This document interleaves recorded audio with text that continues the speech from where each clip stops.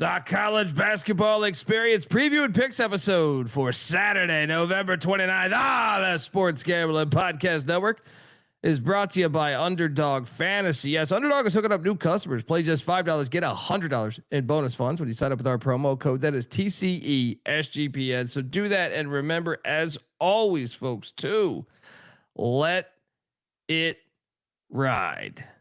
Hey, this is Derek Stevens. I'm the owner of Circa Las Vegas. You're listening to SGPN. Let it ride.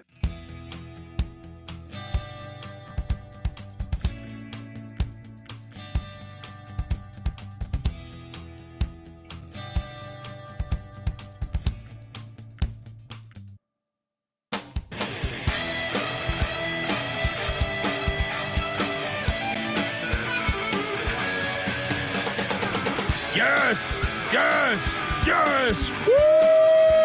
Welcome to the college basketball experience preview and picks episode for Saturday, November 29th. We had a fun day today. Started out a little rough, or midday. It was looking a little rough, but boy, we closed strong. That's what we do here on the college basketball experience. YouTube.com/the college experience. Hit that like and subscribe button. Wearing my SGP Christmas sweater. Those are available in the store. All right, get on over there. All right, let it ride t-shirts. We got everything. Get on over there. If you're wondering who the hell you're listening to, well, that's fair. My name is Colby Swinging Database Dan, aka Pick Don D. That's not a pick. This is a pick. He was raised in the land down under, where a man thinks on his feet, speaks with his fists, and lives by his wits. When Dundee happened, he was a superstar. I'm probably drinking too much and celebrating too much and not sleeping. Would have killed a normal man, but no, that's gone. The medical advice I got from that was like being hit by lightning. Pretend it never happened and get on with your life. Oh, boy. I mean, we make money here.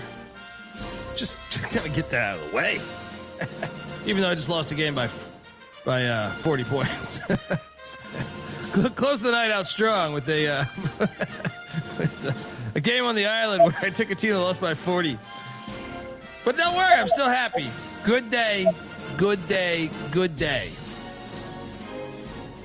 I am joined by my co-host. He is also the host of the College Football Experience. Had a decent day over there too. Mm-hmm. What up, Arizona Wildcats? Right? What up, Iowa Hawkeyes? And a few others. But yeah. Anyway, give it up for former staffer at Austin Peay with the Governors, South Carolina with the Gamecocks, and West Virginia with the Mountaineers, Ryan McIntyre, aka Money Lod Mac. What's up, man? What's up, man? Hope everybody had a good Black Friday. College hoops, college football. Good day to you, and let the fun begin on this Saturday. Mac tonight. Come on, make it Mac tonight. Yeah, I mean the college football slate's incredible, and college basketball. So we're gonna give you 50-some games, right? 50-some games. Why couldn't it be Sunday that they gave us 50 games? Like, come on, nobody wants that bullshit NFL. Yeah. I mean, just doing us dirty. Let's actually we should just get to reacting right away. Hang on, this is for tomorrow, so we'll get there in a second. But reacting out the gate, we hit little look. Put them on the schedule. I heard Phil Martelli Jr. say it after the game. We wish we want to play them every single year. They should. Answer the call, Mike. VCU takes down Virginia Tech on a double lock by me and Mac. 86-68. I did not get to watch a lot of this because I had to take my son to Santa Claus. Yeah. By the way, how was Santa Claus? I meant to ask you that pre-show while we were talking about college. We spent the whole college basketball pre-game show or pre-episode show recapping the football. So behind the scenes, yeah, we're spending a lot of preparation. Oh my God, how bad was that referee in the fucking Texas A&M game or whatever and so forth? How was Santa Claus this morning? Yeah, my son does. He's not a big fan of Santa Claus. I'll put it like this. He's still, he says, get the fuck away from me. Yeah, it was actually easy for me. I fear the coming years when he really wants to see Santa Claus. Yeah. We took him to this toy store where they had Santa Claus, and well, what time did you guys get there? Because I know we ended the show at 3. Yeah, I got there at I think it was 10 a.m. 10. So yeah, maybe 9:45, something like that. The line wasn't as long as I thought, although I hear later in the day it got horrible. So by me going early in the morning, that worked out in my favor. But yeah, he's still he's convinced. At least you know what I think it is he just knows this guy's a fraud. He knows it's not the real Santa, so he knows the real Santa's up there in the North Pole, and he's like, look, you're sending down these B-list actors, you know what I mean? Like, this is this is like to quote what CJ says, or what movie where they took out the top actor, like Major League 2 when they took out Wesley Snipes and put in Omar Epps. He knows that it's like, yeah, you're sending me the B-list actors, I mean, no disrespect to Omar Epps, but I'm just saying, I'm a Snipes man. Passenger 57. Let's go.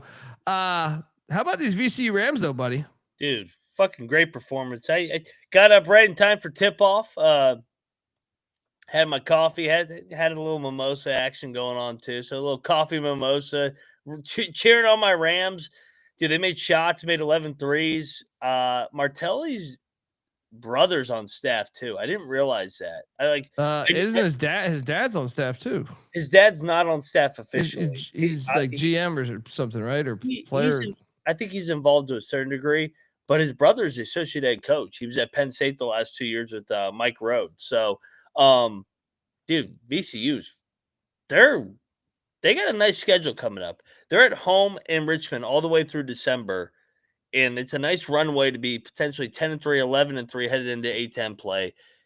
This program never misses a beat, no matter who the coach is. Yeah. I mean, dude, I told you when I went to the NC State game, I came away. It wasn't just me. Me and NC State both came away more impressed. They just win. They share the ball well too. Yeah. I feel like they play like a team. They play good defense. Sure, they don't have the athletes that some of the schools have, but they're just a well-rounded team, and that's a credit to their program and the Martellis. Shout out to the Rams for getting it done for us.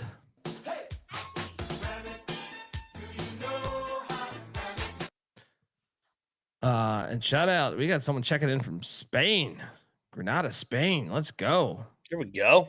Shout out, appreciate that. All right, I got to get on over there. Game 2. You sold me on this.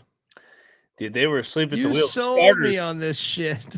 The starters were asleep at the wheel until this Ben Jacobson guy, the phenom sophomore, came in and went for 30 and 20. He looked like Zach Edey out there. It's like, who the fuck is this? And I look, it was Jacobson, the next Zach Edey. All I know is this. You sold me on betting Eastern Illinois, but I was wise enough to not put a lot of money down. This was a $20 bet, and I don't normally bet just a $20 game, but I was just like, man, I don't know about this fucking 40-point spread with shitty ass Eastern Illinois. But I was like, I told Mac, you sold me on the lock, so I was like, I'll bet it, but I'm not throwing a bunch of money on EIU. But I will, if you want me to tell you the truth, I thought we were home free the majority of the game. So I was like, damn it. I was watching when I came back, this was on, and I was like, dude, I should have put more than $20 on, right? But that's just the way it goes. Then you see the final outcome, you're like, glad I only put $20 on this thing.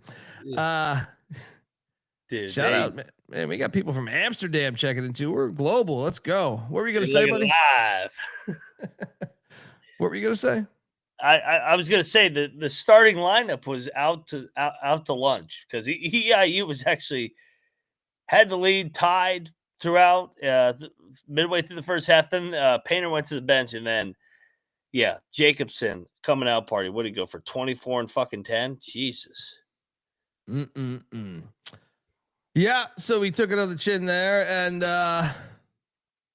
Then Southeast Louisiana stuck it to Gardner-Webb by 8. What was this line? 8.5. Shocker. Undercover Waffle. The game was tonight, man. I shared the link on our Twitter page. I tuned in for a little bit. Yeah, dude, that shit was lit. I told you that shit was lit, man. College football we got. Not only do we have a defense system as far as D or FCS, then D2, D3, and NAIA, we got fucking Mexican and Canadian college football too. Defense. I pay attention up there, down there. You know, might have to make a trip. We might have to make a trip to Monterey next year, buddy.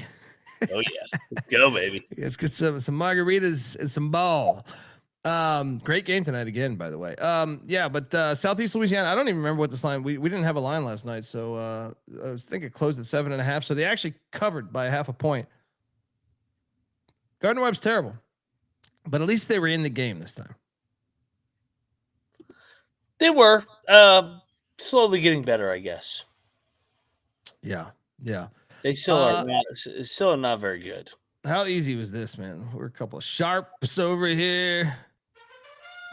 Just sharps. Northeastern only loses by 13.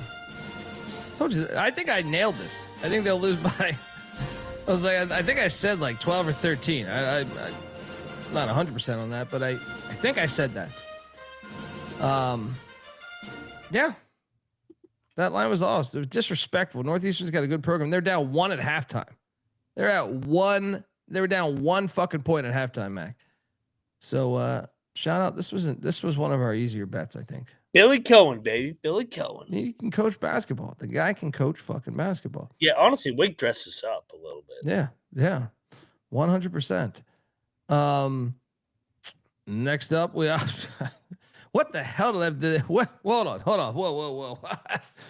Look, we double lock UConn. We cash. Shout out. We had fans at the game. I think it was Bill Russo. What a bad court. Dave, that's what I was going to say. What?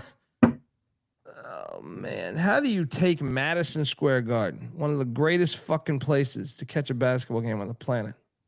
This would be like putting a dome and fucking AstroTurf all over, the Rose Bowl. This is that. I mean, that's essentially what they did. I was convinced I was not watching the UConn game. I was like, I know it says UConn, Illinois, but I was like, this can't be the game. Yeah. Why would they do that to themselves? Why? I know. It's it was atrocious. It hurt the viewing product. It did, man. It's like, dude, you gotta, especially with UConn at the Garden. Like, you can't pay for that wood to be. What is that? What does that run? Why the fuck? Why does the NBA like doing this? Yeah, no. Well, they're looking for. They're trying to be different, doing anything they can for clicks with their bullshit product. Man, that one hurt watching that. But we cashed. UConn blew out the Illini by 13. Caravan had a pretty decent game. 12 they got points. Terrace Reed back too. Yeah. Yeah. I mean, big win for the Big East. Big win for the Big East. The only win for the Big East. No. There's another one because we ate shit on a team in the ACC playing a Big East team. Yeah, that was up big and just completely no-showed the second half. What's that? But the takeaway, UConn fully healthy is top 5 team, top 10 team in America. I mean, they're good, man. And Hurley's is not job. I mean, he was in full form today. He's a psycho. I fucking love watching him. I love shitting on him, and I love watching him too. It's fucking hilarious. He's a crazy motherfucker. He's great for the sport. Yeah. Easy money, though. That was a pretty easy play. I never felt like we were sweating that thing. Don't ever bet against him in that building against a fucking team. Even on a fucked up court. Yeah. They tried to rig the game with that court. I'm with you. Yeah. That's when I was like, oh shit, maybe Illinois is going to win with this fucked up court. It's at the real Garden. Yeah, it's true. And then with the amount of Euros on Illinois, you're like, oh, they probably played on a bunch of these fucked up courts over there, right? It's like there might be an angle here. Next up, Richmond, Charlotte. This line was incorrect, but Richmond got it done. This was a what did we call it at last night? 6.5. So yeah, Charlotte with the backdoor cover. That's what I was gonna say. I was like, we might have given out a win for someone if they got it at 5.5, but the Spiders win, but they were up by more. Charlotte, I'll give Charlotte credit. They battled back quite well because I mean Richmond had like a 20-point lead in this game.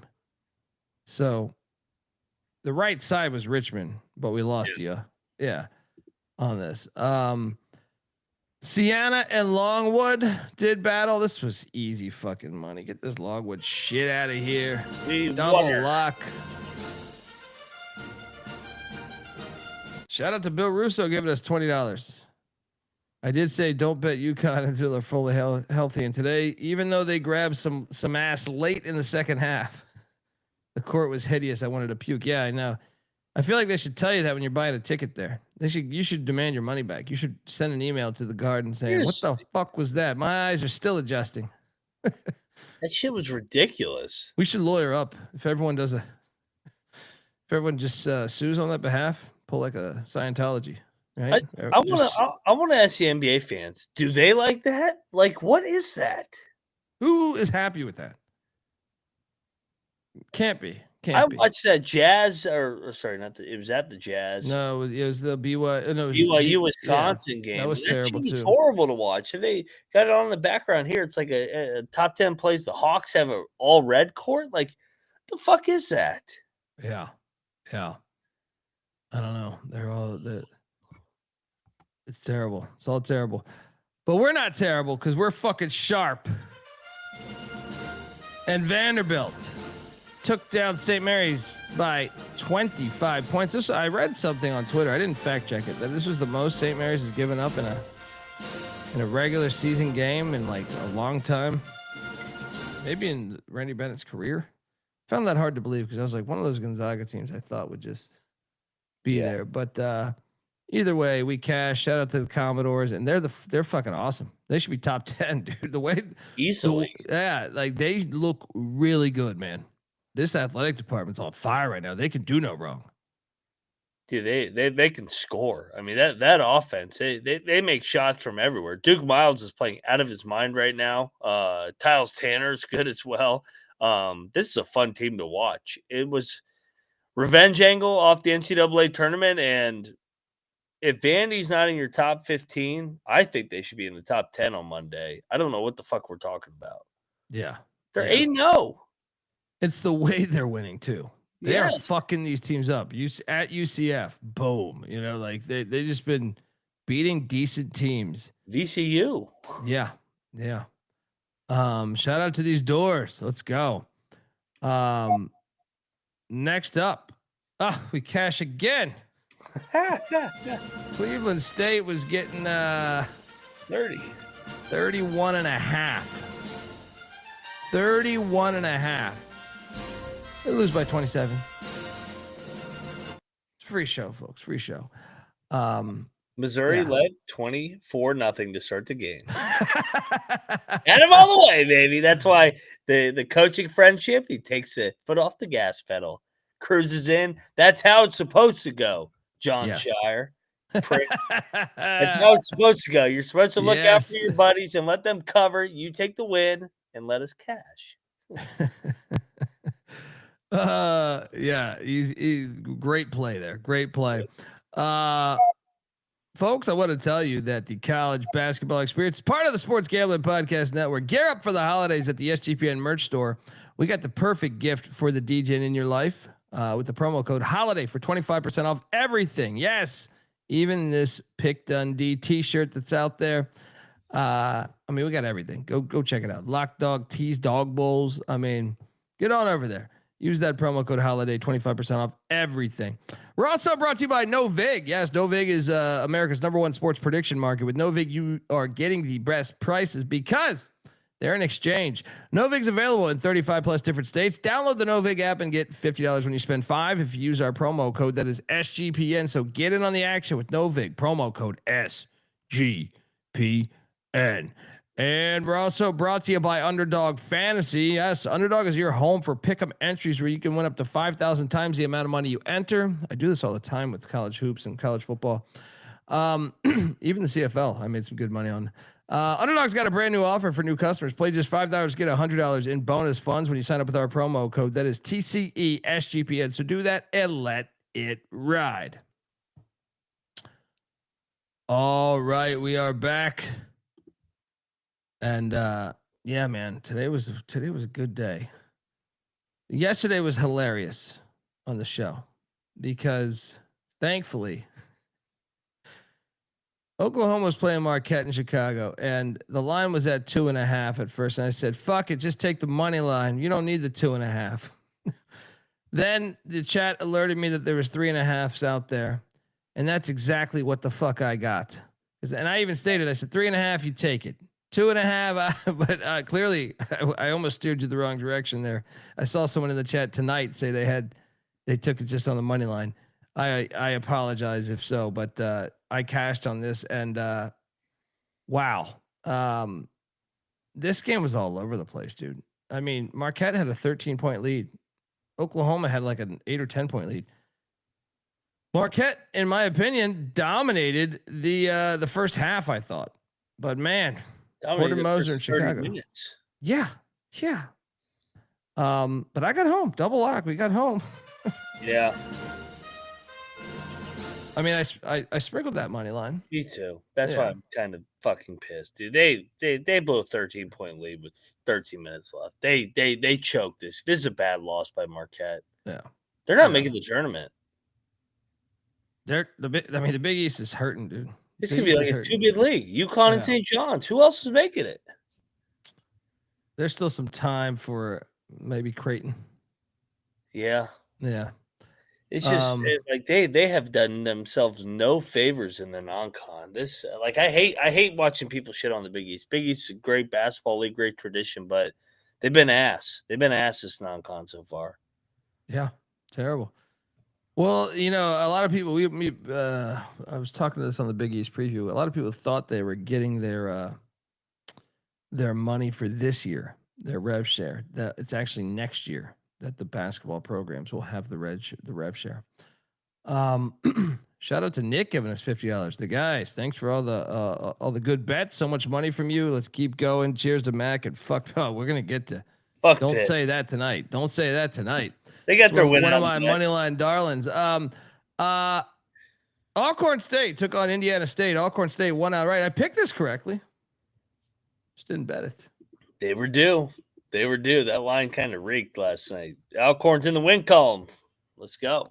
Shout out to the Braves. Braves on the warpath. Then I think I brought you into this one. Southern Utah cashes for us against Bob Morris. I knew this line was a little off. Backdoored it. Yeah. 7-point game as we double lock the Thunderbirds.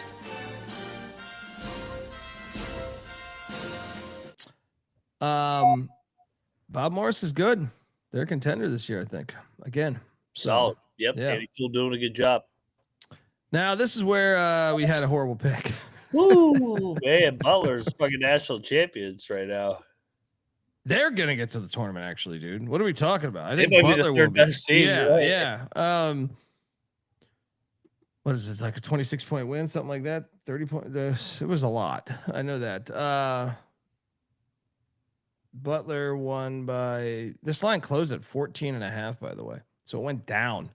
But yeah, they won by 25. So shout out to Ajayi went for 20 points, 8 boards, 4 assists, 1 steal, 1 block. Dog. Yeah, good win. Bad pick by us.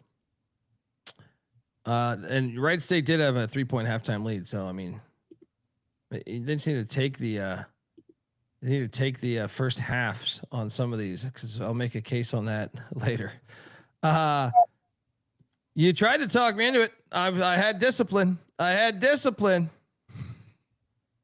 This was back and forth the whole game. Hofstra beats LaSalle by 5. They cover, I think, the 3. It closed at 3.5. Yeah, made their free throws, bastards. I'm staying away. It worked out. I know you lost on that, but I'm off LaSalle. The shipment has been ruined, dude. There's no shipment right now. They play Penn tomorrow. All right. Off a win, too. Back to back, both teams, huh? We also went on Texas State in Vegas, and that was a mistake. It's fucking Seattle, too. What the fuck? Seattle 66, Texas State 52. Seattle's good this year, man. They look good too, man. 5-1. Yeah. 5-1. What was their one loss? They lost to Cal Poly at opener. Yeah. Then we had this one, which I don't think we bet. Ball State though did lose by 7. I believe the line was not 2.5. I think it just fucked up the slide. I believe the line was 3.5. All right. Well, I guess not that big of a difference, but either way, we didn't bet this.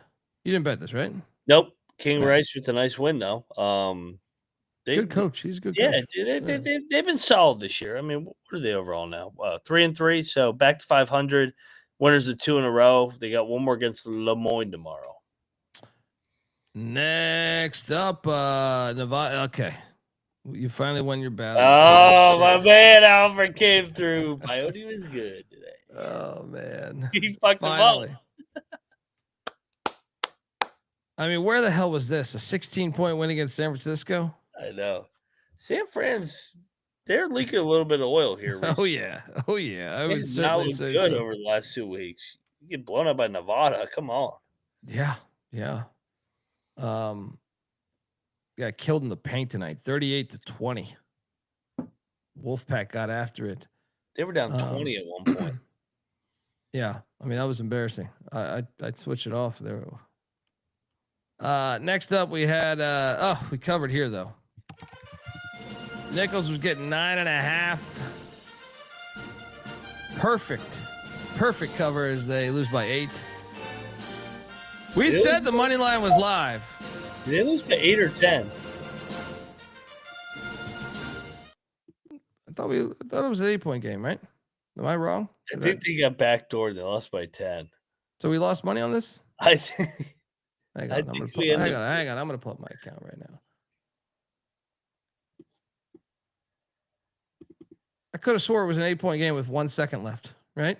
So I just assumed we won the game. No, I'm pretty sure Tulane made 2 free throws, and we got backdoored on this shit. We did lose on this, dude. My apologies. My apologies. This is a ridiculous fucking beat, considering Nichols had a tide turn. Nichols had a fucking 6-point lead with 12 minutes left. Wow, I didn't realize I lost this. But that's how good of a day I had, by the way. Is that I didn't even realize I lost $100 on Nichols. Wow. Okay. I thought this was an 8-point game. Dude, what did they score with 1 second left? I'm telling you, yes. I was score monitoring this on my phone. Yes. I was in the middle. I was mainly watching football at this hour with those late afternoon games. But yeah, I saw it finish at 10. I was like, motherfucker. It's hard when it's hard to keep track of all your bets when there's football and basketball going. Yes. Like a gigantic fucking slate on both. It's, you spray the board and you're like, I'm doing pretty fucking good. I thought we hit on that. And it's high implications football too. Yeah. Well, we did hit on this. All right. I know for sure we hit on this. Yes, we did. All right. Wilmington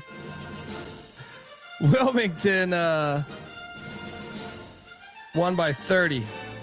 Again. Didn't I give this out as my top lock? I can't remember. It was up there. We were pretty felt confident. Great about this. I know that. You're a wagon.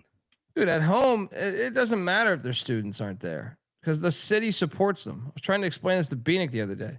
It's like, because he was like, students aren't in session. I was like, there's nothing else to do. I mean, Wilmington's a nice city, but I'm saying like, this is their ticket. Like, this is their thing. And they pack these fucking games. What? All right. One thing Bieniek may be the worst on is evaluating the crowd. The motherfucker thinks fucking Idaho is going to show up in Boise. They don't even show up at Idaho State, even Idaho worse. State. Because Idaho actually has been Idaho and Idaho State don't even show up at their own home games. They're going to travel to Boise on a neutral site. What are you during talking Thanksgiving about, weekend. I'm like, Bieniek, you're fucking drunk. Oh, man. I was like, Bieniek, that fucking Kempom ain't going to tell you where the crowd's traveling. Honey, I'm not going to the in-laws. All right. The Bengals are playing in Boise. Kids, hop in the car. We're driving. And those Western states are fucking big. Yeah. Those Western states, it's like you think you're like, oh, Pocatello to Boise. What is that distance? That shit is some serious distance, I bet. Or Moscow to Boise. What's Moscow to Boise? Moscow, Idaho to Boise drive time. It's got to be like 7 hours. At least. 5.5. 5.5. He's either going to go Right? watch the Bengals play. Yeah. Come on, He Bieniek. acts like you're like 45 minutes up the road. It's like that shit. You got to get a hotel. There's a lot of things.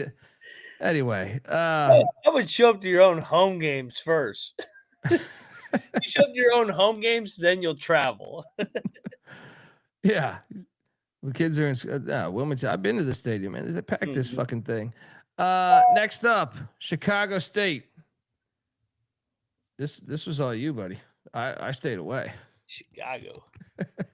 This was all you here. The 23-point ass whooping by Youngstown. Good win by the Penguins. Your thoughts on these Cougs? Not good. God damn. Youngstown's rolling, man. They are. Good win. Are they coach proof? No, I wouldn't go that far. They've only had one good coach, and then they handed it off to his. I was being sarcastic. Nick in the chat. They were really bad before those two. Nick in the chat. Shout out to him. Go to his $5. Bieniek being drunk. All right, He needs to get drunk more. Go get a cold one. Yeah, he does need to get drunk more, right? I mean, don't we all? Don't we all? Once. Yeah. So I have a double lock here that we hit on too. I watched 0 of this game because I was totally locked in football at this point. Yeah. I wanted to watch this game, but Arkansas State beats North Dakota State 85-80 in overtime. I can't believe this game went to overtime. Shout out to Go Beavs. Holy shit. Giving us $200. Bieniek is a communist. I wipe my ass with a cocktail napkin. Hey, thank you, Go Beavs, man. That's very nice of you, man. We're very grateful. And we will make sure we send you some more of his cocktail napkins. All right. It's hemorrhoid proof, Go Beavs. Dude, how about this game right here, though? Because this was like a 1.5 point spread, and we were perplexed on this. Dude, we almost lost this because this game went to overtime. Arkansas State wins by 5. I didn't watch any of it, though. I couldn't tell you what the fuck happened here. What station was that? Like I had ESPN Plus on. I just didn't see it. Yeah, we got lucky, I think. North Dakota State, are they better than what we think? They're not bad, and I like Richmond as a coach too. Usually I like to back them as a home team, but now they're going on the road. Chippy here, but Arkansas State, I don't want to say they're coach proof either yet, but like back-to-back coaches, I like it. I like what I see from this program. Yeah. So we cash on Arkansas State. Then I think you ate a pile of shit right here with the Paladins. Illinois State won by, what was this number? I don't remember what the number was. 4.5, but Illinois State looked good, man. Yeah. Furman's all over the place this year. So another bad loss for the SoCon. Then how about this butte right here? We hit on this. I know. We hit on this. I just love watching Providence. Well, the reason why, so if you got the closing number, you actually lost on this. This closed at 12.5. It was 10.5 on the show last night. I actually got it at flat 11. I mean, another bad loss for the Big East. Yeah, I mean, Your thoughts on? I actually had this game on one of the screens, man. Providence. They this was almost like wire to wire. I feel like. Your thoughts on this one? Yeah, I mean, it was a 20-point game with 6 minutes left, so it would have been a backdoor. Providence is bad, and Florida. I don't know how good Florida is, by the way. I kind of think I don't trust that backcourt. So I know they got the cover today. I think it was more about how bad Providence is. I just underwhelmed by both teams. Yeah, but I want to say Xavier Lee had his best game as a Gator. I think probably tonight. He's been part of the. Yeah. He's been getting picked on social media. I feel like he kind of answered the call. I mean, I know it's just Providence, but he had 20 points, 7 rebounds, 4 assists. So I'm not the biggest Boogie Flan guy either. Maybe that's. I know he had 17 tonight, but I don't know about that combo. I don't know how well they play off one another. Yeah. Next up we have. How about this beauty? We're getting 25.5. We lose by 25. By the hook. I don't know. I mean, I know we called it. I think we called it at 24.5 last night. So it depends. It depends when you got this fucking thing too. This and the game prior, the Providence Florida game. You could have lost on both of those. We lost on this one as Maine. We got foolish here. I know American's a better program. I just thought it was a dead spot. Damn. We got a little foolish. In hindsight, like this is a bad. Like I'm not the fact we lost. It's that I know that American is a better basketball program than Maine. We got cute. We thought no one would be there. No one was there. But I'm just saying, we got a little cute there. I think because they're winless. We thought the line was a little short. You agree? Yeah, I mean, we've been saying Maine's due, and I like Maine. I actually think I like Mark Wood, man. I think he's a good coach. I can't believe they're 0-7. Like I feel like this program is so fucking. Who do they got next? I'm gonna keep backing them, man. Like I don't care that they're 0-7. This is not a bad program. They got Longwood tomorrow. Oh yeah, that's a win. That Let's coach go. Longwood. Let's go. They can get that. Get that. All right. Next up, we had Charleston. Dude, thank you for convincing me to bet this. Little brother. This is all you, buddy. I was like, nah, fuck it. I'm not touching this game. You sold me. You put on your Bruce Pearl, and you sold me that Cadillac. All right. What do you want me to do? A 15-minute retirement video next? Oh, buddy. Bieniek is hilarious. He's like, I watched the whole thing. I was like, good God. You gonna suck his dick next? They got 30 minutes. You're not gonna lie. I'm joking, Bieniek. If you're listening to this, I know you're not listening to this because you got your little Ohio State game on coming up. You're fucking right now. What do you think Bieniek's doing right now? 2:46 in the morning. Didn't he say he's going to like Kalamazoo or something? He's going to Grand Rapids. You think there's some scattered ass up there? I'm all confused. Don't you want to go to Ann Arbor? That's where I would be at. He said he's going to watch the game, and why Grand Rapids? That's where his boys are, he says. Okay. All right. Hopefully there's some scattered ass in Grand Rapids if Blue wins tomorrow. Yeah.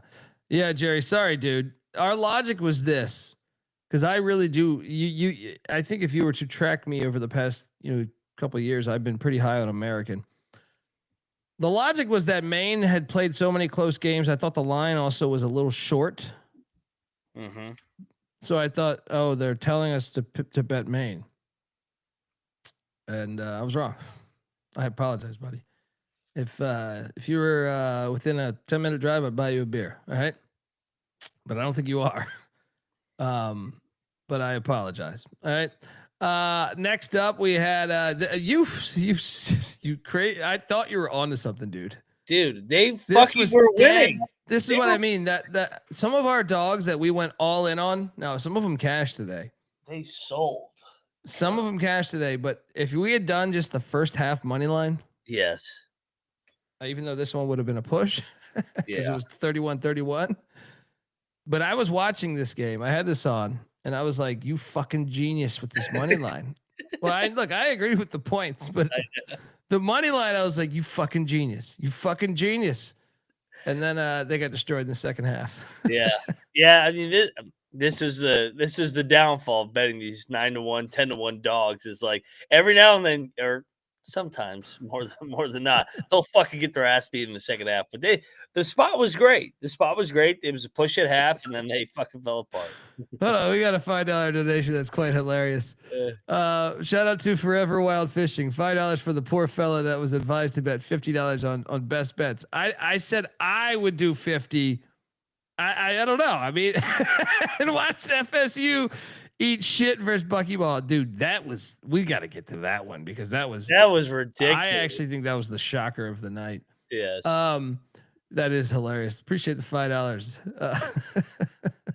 Shout out to Nick. He's in Colorado. We buy you guys beers and shots. Let's go. We love Colorado. And we love beers and shots.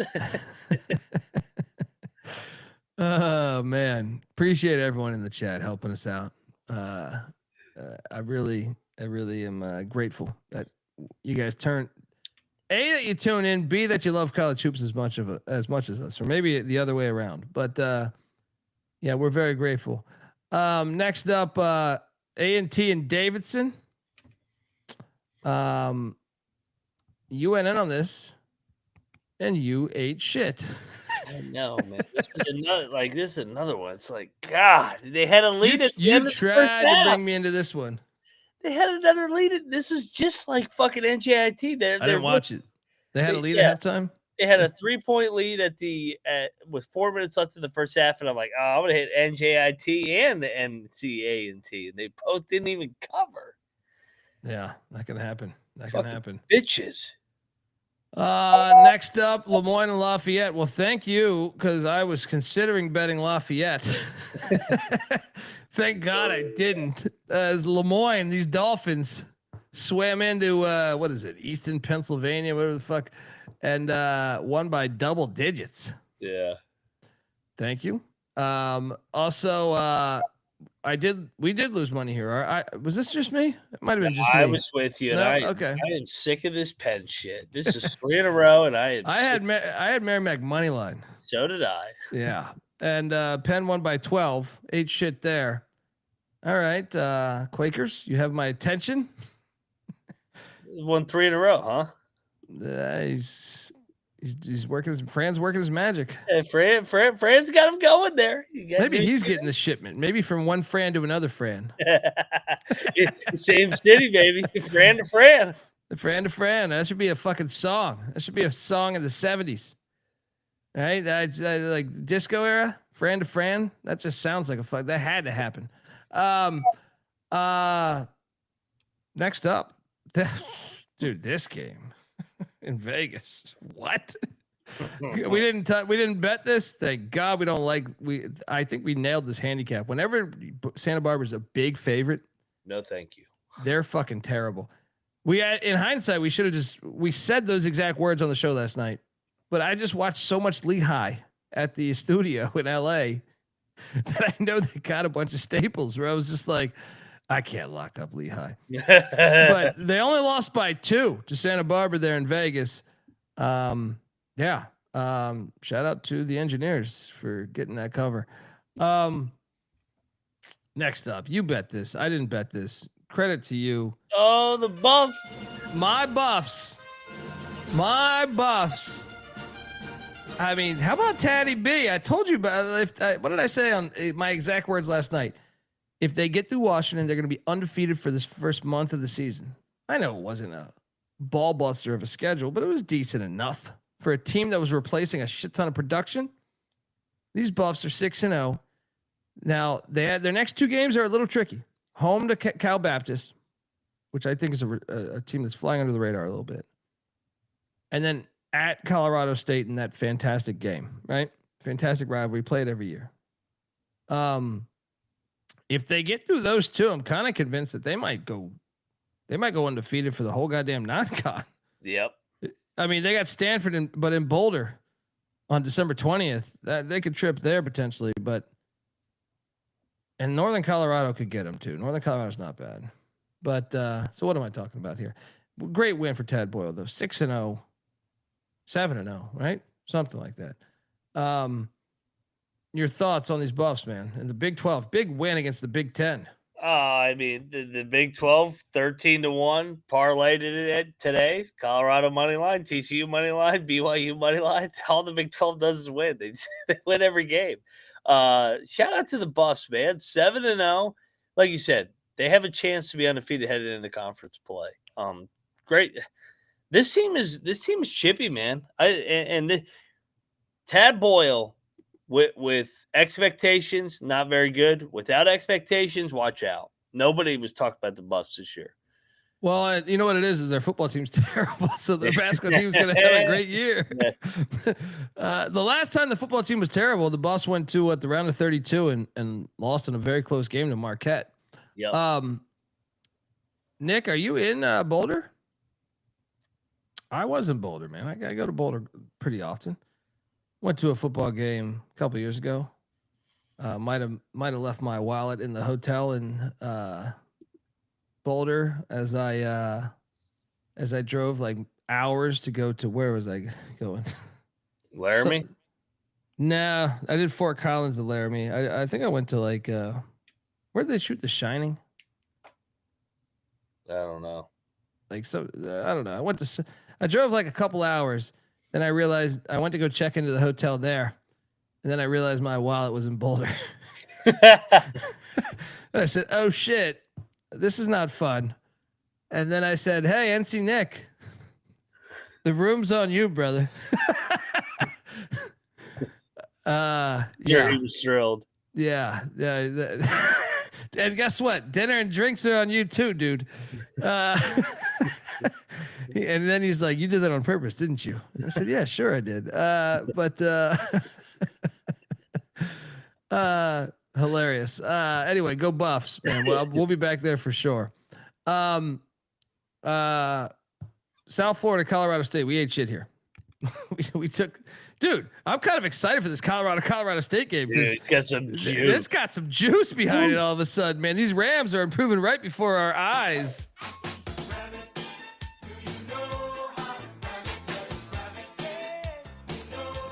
Is that on Saturday too? Yeah. Okay. The Saturday, December 6th card has some juice to it. I was looking at it today.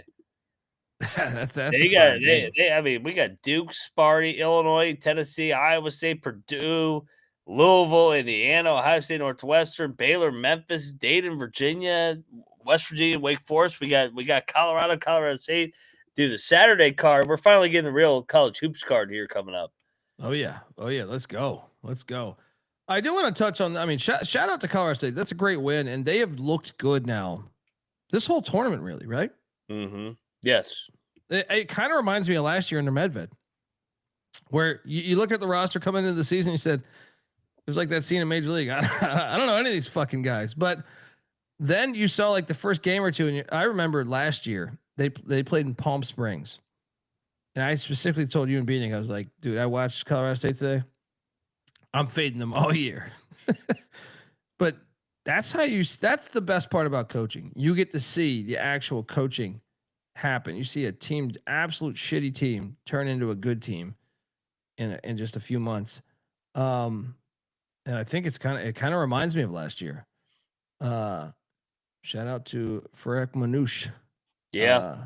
The March Madness legend, man. He's doing a hell of a job. He's a good dude, man. When I got to interview him, man, I really enjoyed my time talking to him. 6-2 here early in the year, and I can't wait for this Buffs game. Yeah, hell yeah, man. That game's fire. I should note that Tarleton State did struggle with Midwest State today. Hilarious. Midwest State had an 11-point halftime lead, Mac, but Tarleton, they won by 10 still. But yeah. Midwest State came for your boy Gillespie today. All right, now let's get to the worst play of the day. And I don't even know how it happened. Good Lord. I watched this game. I had it on the screen. I just am dumbfounded on how, I mean, this thing was like, they had like a 30-point lead at halftime. I guess Saudi Arabia State's not a known commodity yet under locks. But I can't call him locks after I locked him up. Luke. Oh man, this was unbelievable to me. Like Texas A&M had looked so bad. I think Avetta was at this game, by the way. Avetta was at this game. I saw her. Isn't she an alum too? Yes. Oh God, that's tough. That wasn't even in Tallahassee. No. That was painful. I did not reach out to Avetta tonight. I was like, I saw her tweets. I was like, good Lord. I feel for her spending her money on that fucking shit that she had to watch. That was look. If there's ever a time to tie one on, you're in Tampa. I mean, what? Ric Flair lives somewhere there. Find him in one of the bars. Have a good night. Forget about this whole experience. Oh God, what a fucking awful fucking night. I was like, good Lord, Florida State. Hopefully they beat the Gators tomorrow in football. Oh boy. Yeah, I had $100 on Saudi Arabia State this weekend. Yeah. Or this game. And yeah. That was tough. I didn't see a world where this could happen, dude. Did A&M just did all of a sudden click? I don't understand. Like Saudi Arabia State had looked good so far this season. I thought the game at Florida, they fought really, really. I felt like they kind of outplayed Florida, but Florida was just more talented. In similar vein to VCU and NC State. Man, dude, how about this stat? A&M 60 rebounds to 40. What? Yeah, this game was bizarre. This game made no sense. Shout out to A&M. Buckyball came to play. They just hit them right in the fucking mouth. I mean, that was. They had a 38-point lead in this game. Yeah, this is crazy. Like, this is mind-boggling, and this is a horrible loss for the ACC. This is the worst team in the SEC potentially. Yes, to lose by that deficit. Wow, that's going to come back and bite you. Horrible play by us. I felt very confident about this. Fucking hilarious. Wow. Next up, we have. This is another one that I like. Okay, shout out to Xavier for the second half. This is like all our dogs at 15 to 16 points. They would be fucking right there at the end of the first half, then sell in the second half. Whatever happened. I mean, it really happened like with 2 minutes left before the half. Yep. Where Xavier got it up to 10, I think it was, or 8, something like that. But hey, man, Richard Pitino's doing a good job getting these boys up. I'm saying like they seem like a different team. Improving. Yeah. For sure. Corpus Christi loses by 21. We lost money there. I apologize. I felt pretty good about it too. I took the money line. That's how good I felt about it. I took the fucking money line. All right. Sorry. John says the game was horrible. It was horrible. I think Scott Reichel's popping in here. Oh, shout out to the Tennis Gambling Podcast. Scott Reichel, good friend of ours. I just wanted to stop by and say I played poker for 3 hours against Jalen Warley's dad tonight. Go Gonzaga. There we go. There we go. Hopefully you took his money. Shout out to the X-Men. And I'm not talking about Xavier McDaniel, although shout out to him too. Next up, Wisconsin, TCU. This made up for it though. Let's get this Big 12, Finally, baby. our dog came through because we were sniffing and we were whiffing early. But we hit on these Horned Frogs. Yes, they've been a darling of ours at the Jenny Craig Pavilion. Let's go. Double lock money line. The Big 12 is on fire, dude.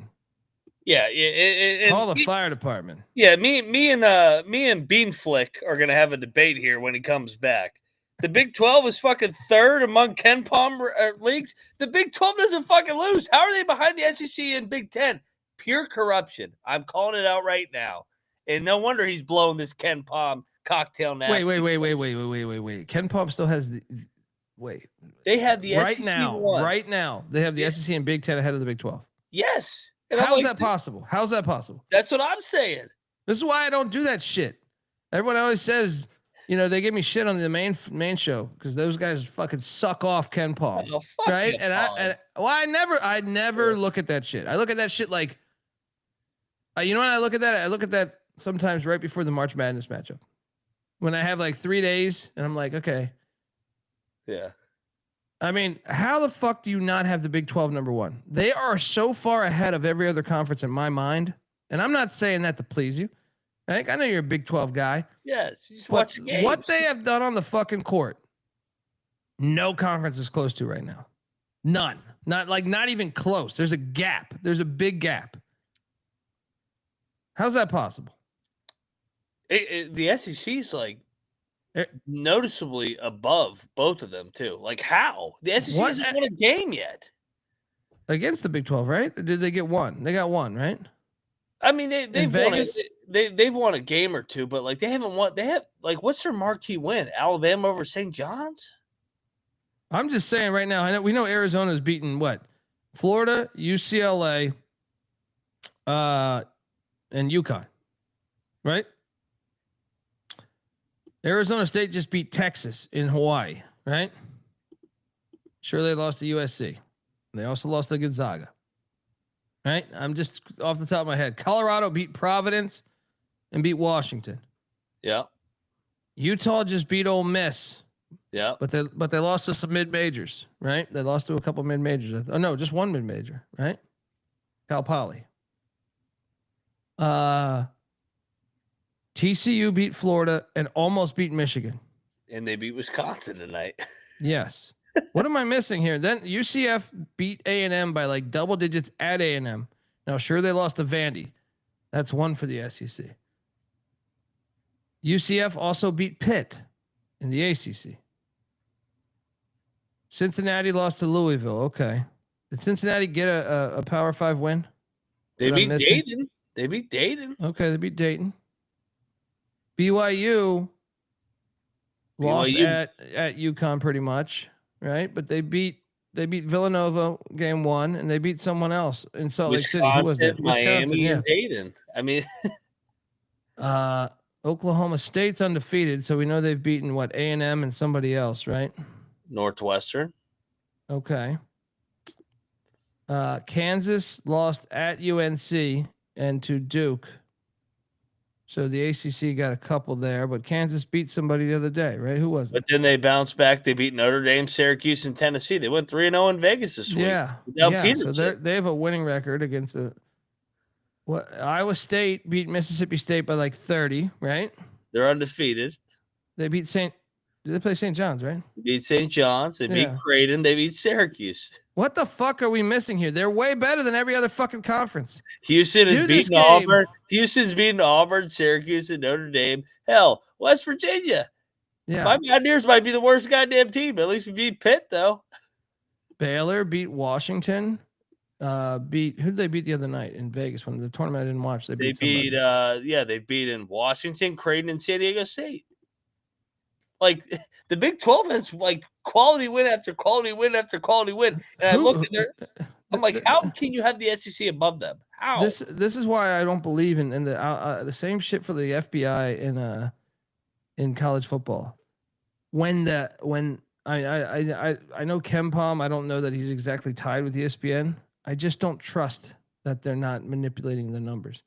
Yeah. You know what I mean? Like I just don't trust it. I don't trust, like, we watch games every night.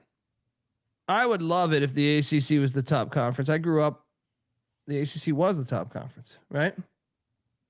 Although something about them having Cal and Stanford in their conference, I don't know that I could really root for that. But my point is I have no vested interest besides I like Colorado. All right, okay, but I've never been like, hey, let me root for the conference. They are hands down way ahead of every other conference. Way. I don't even think the SEC is number 2. I think Big Ten is probably number 2. I would have the ACC above the SEC. I agree. And you know what? We're going to get ACC SEC challenge coming up here. Last year, the fucking ACC got their ass whipped. I think the ACC will hold their own this year and win the challenge. Am I crazy? Isn't the ACC beating them straight up right now? I know Florida got. I think slightly. Florida got Miami and Florida State, so that's helping them. But Louisville got Kentucky. Duke got Texas. UCF got Texas A&M. Although Vandy got UCF, so 3-3 off the top of my fucking head right now. I think they're better in the SEC though. We're gonna find out this week. I'm with you. I think they're close. If I had to power rank them, it would be this: Big 12, big ass lead over every conference. After that big gap, there's a tier. Second would be the Big 10. Third would be the ACC. Fourth would be the SEC. Fifth would be the Big East. Now, I will say the SEC is very close to the ACC tier. Very close, but that's it. I got the others like supremely above them. Oh, the Big East is supremely the worst, I think. Yeah.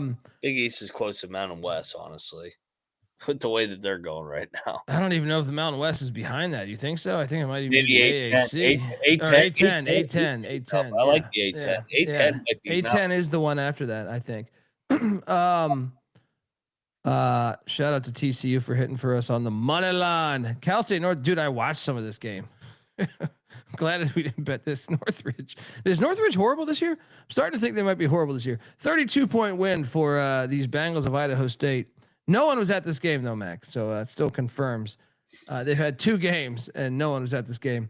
And then this dawned on me as I was watching this game.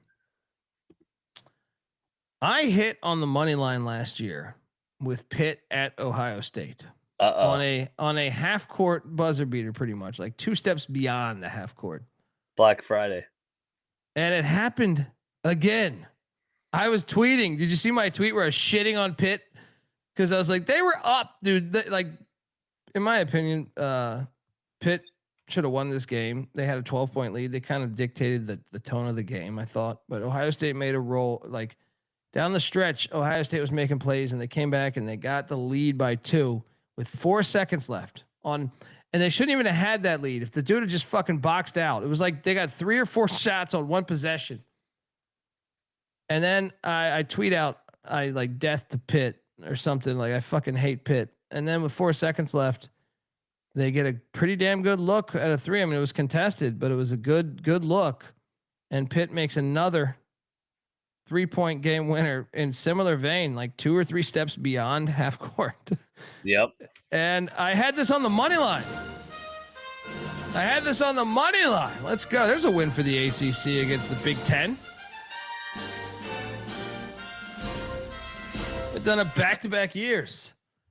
Man, this is what I'm saying. My money line plays were striking out early, but TCU and Pitt, we got one other one coming up.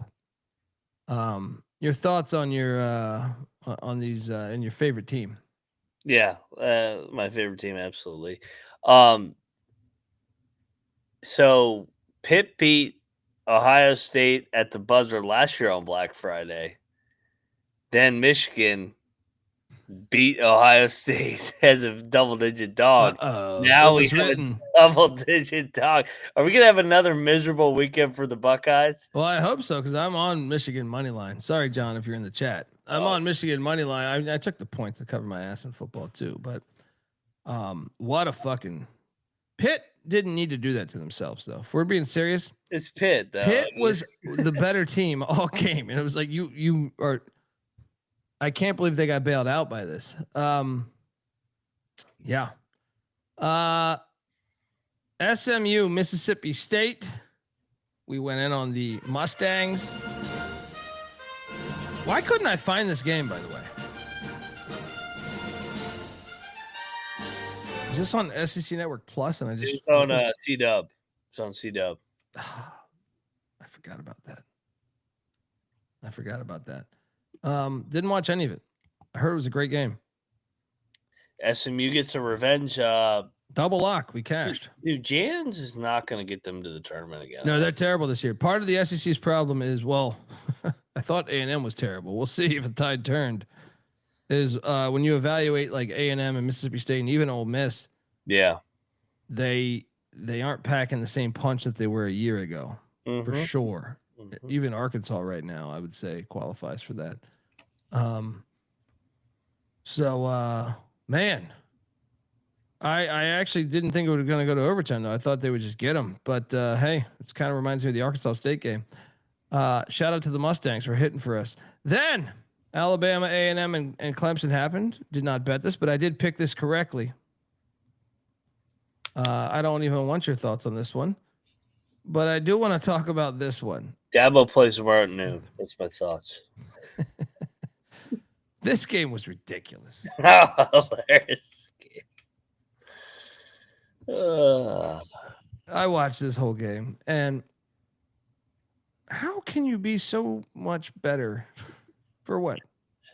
Athletically, too. 25 minutes, I felt like.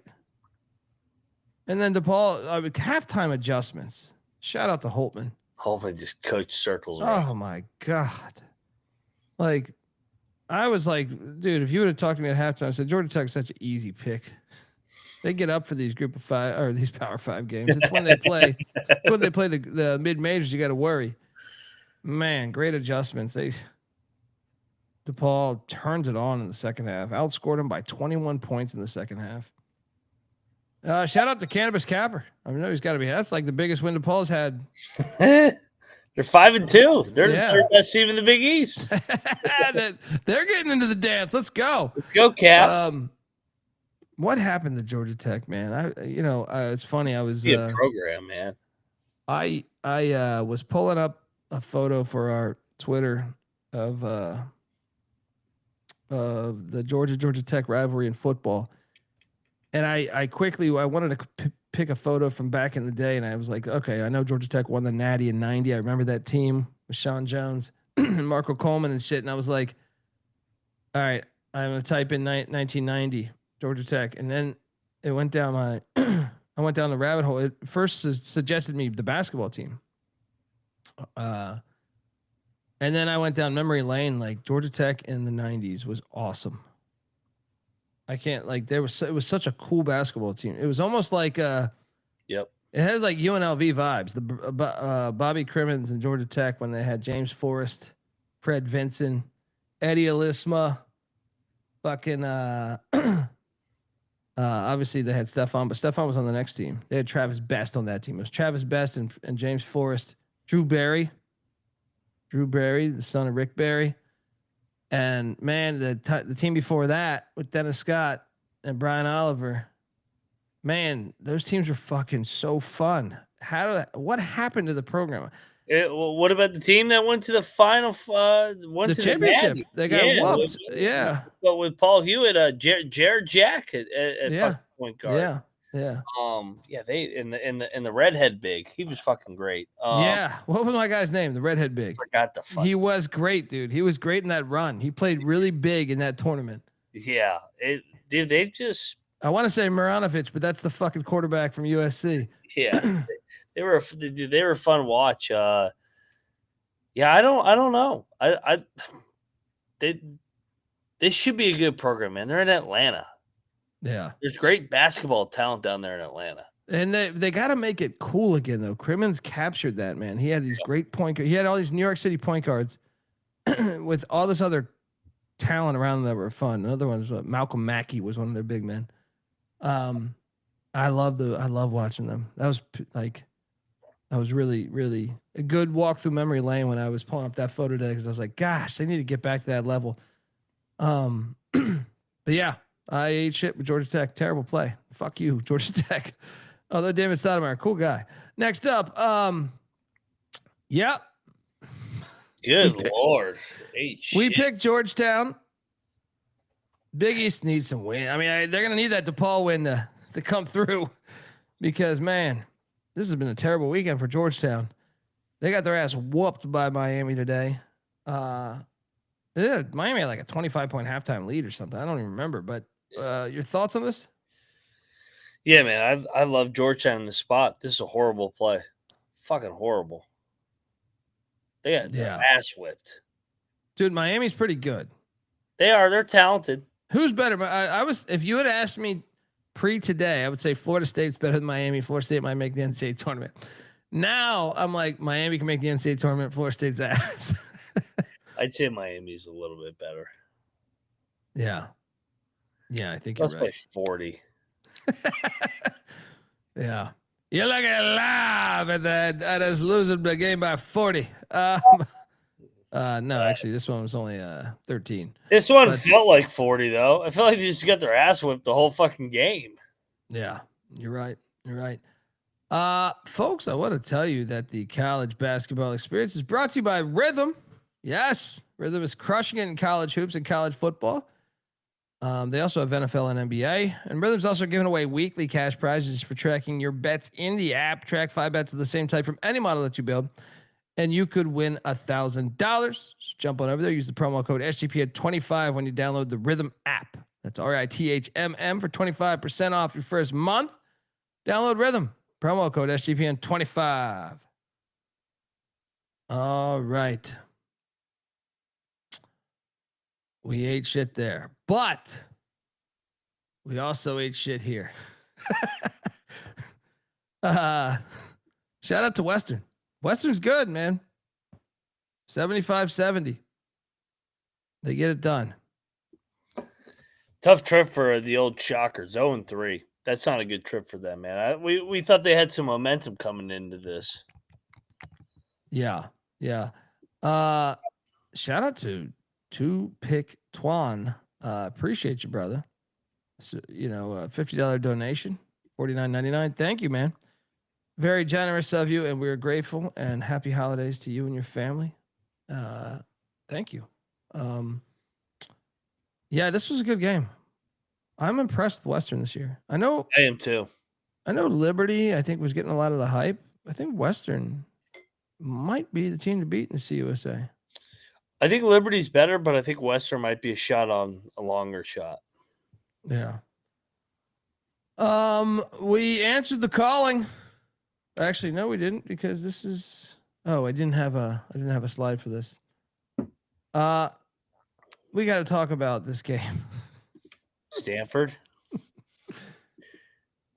From the corner. What a comeback for the old Tree Huggers. We both had St. Louis minus 1.5. Hilarious. I watched this game. I just threw my fucking. What was I having at the time? I don't know. It was some type of napkin. I was just eating dinner, but it was not like a normal napkin. It was some shit that my wife gave me. But I just couldn't believe they missed the free throw. You see that fucking rainbow on that 3-2? That shit almost hit the fucking ceiling. That almost hit the ceiling. Fucking white dude. Oh my God. I'm just like, no way. No way. No fucking way.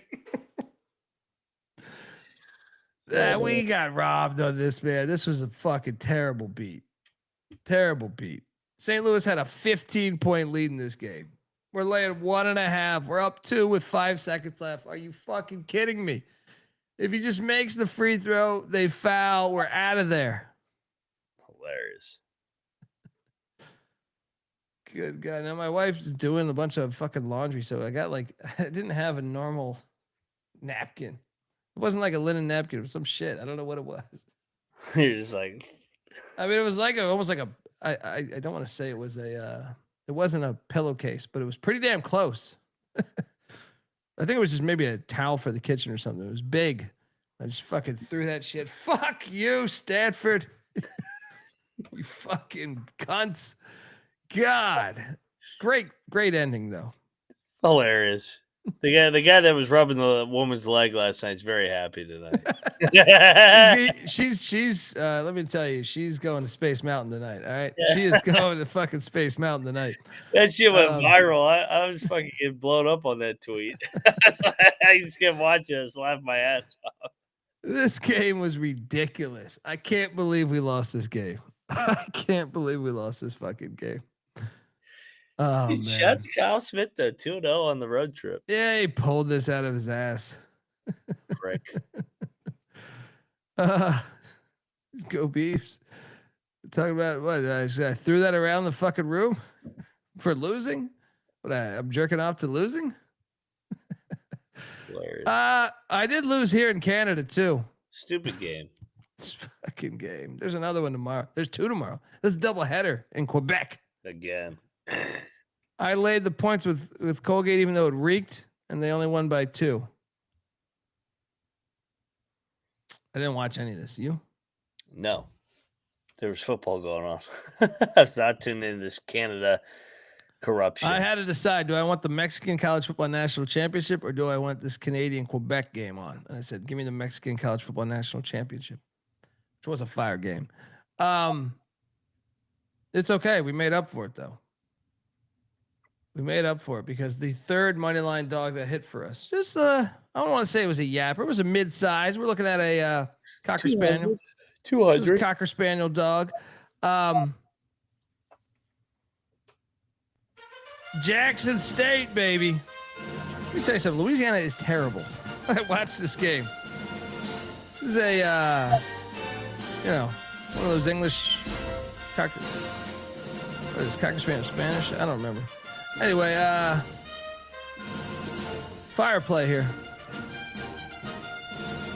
Horrible game to watch, but if I'm being honest, I had this on the TV. Not a great game to watch.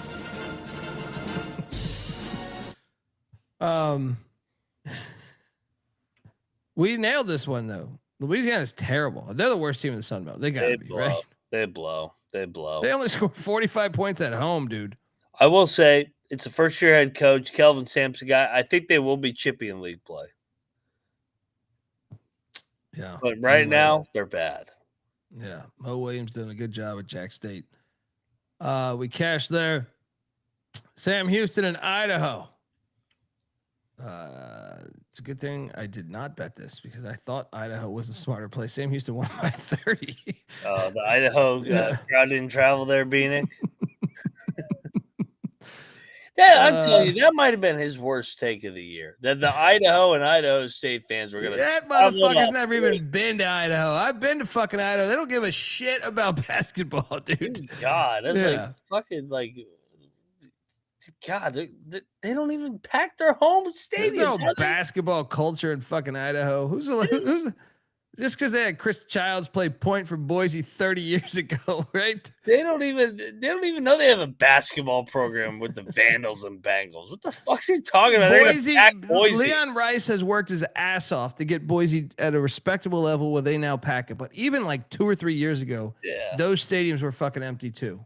Yes. Yeah. Shout out to Sam Houston. We cashed right here with the Drake Bulldogs as they win by 9. LSU wins by 9 against Drake.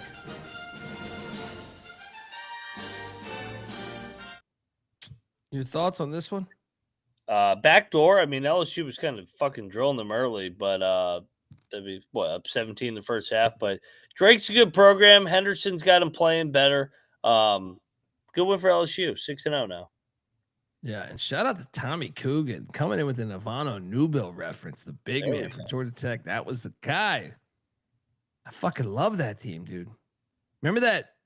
You remember that James Forrest 3-pointer against USC and USC and Harold Miner? Oh man, that fucking shit was fire. That shit was fire.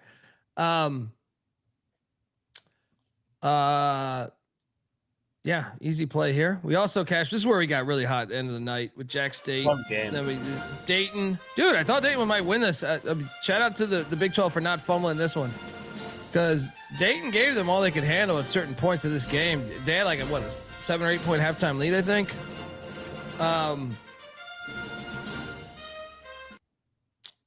BYU though, second half, they made those adjustments. Richie Saunders. Dog. What did he go for now? 29.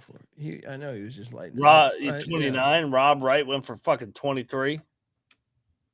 Man, I thought Dayton might have this one.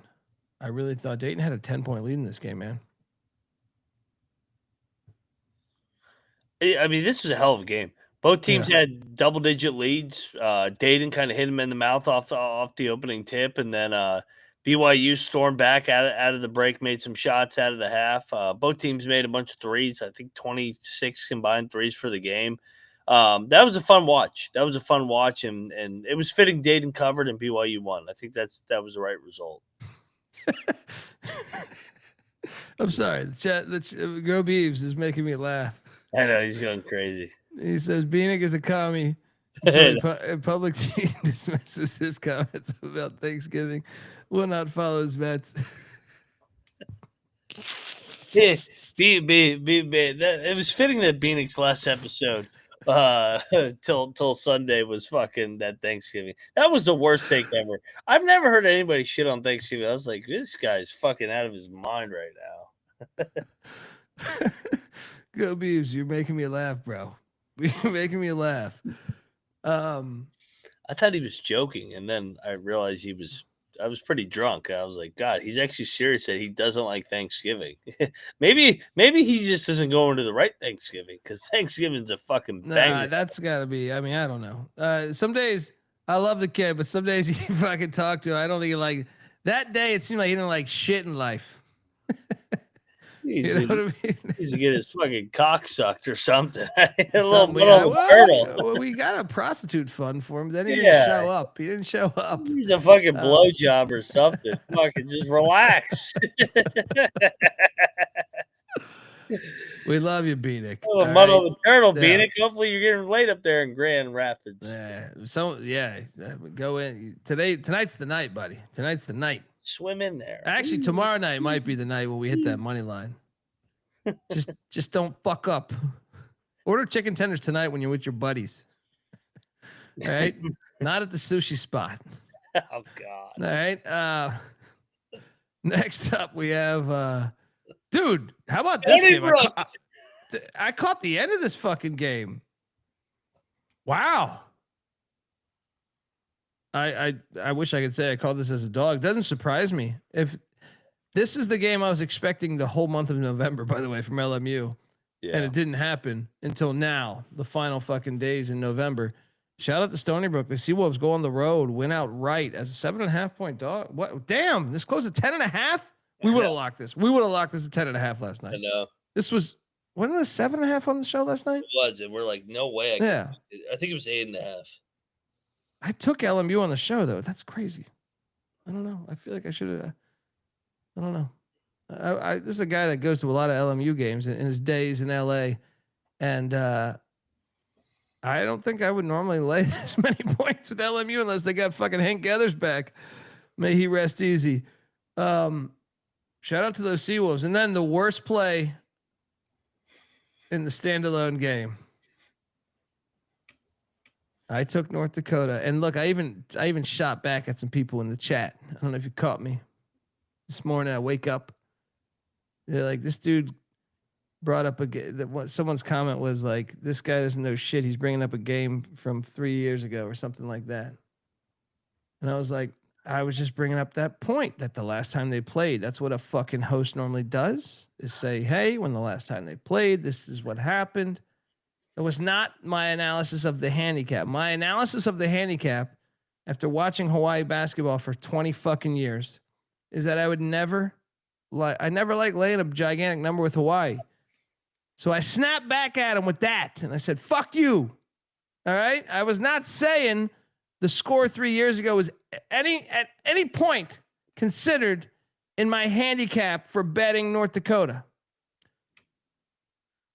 But he then, without answering me, told me to go fuck myself when Hawaii won by, what was the final score of this fucking game? They won by fucking 38. Oh my God.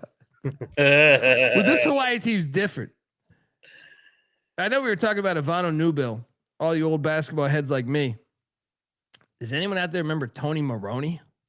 Used to be a big man for Hawaii, Tony Maroney. They haven't been this good since Anthony Carter and Tony Maroney. All right. Wow. I don't like North Dakota, but I didn't think they would. I thought this would be like a 7 or 8 point Hawaii win, 10 point Hawaii win. This is the second or third time they've done this to me this year. What's happening on the island?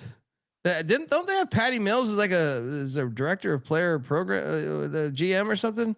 They have somebody. No, Hawaii's cooking the books. They have not played a road game since opening night against Oregon. They just play all these games at home. I mean, I'm just dumbfounded. I've never seen them destroy. I mean, I know North Dakota's not no powerhouse, but still, to be winning these games by 40. It's fucking insane. And I've gotten bit a few times on this shit, dude. What was the last game? I'm telling you, I got bit. Who did I get bit on? I got bit a couple times on this shit. I think I took Manhattan. They lost by 30. Dude, this team on the island's a fucking wagon, dude.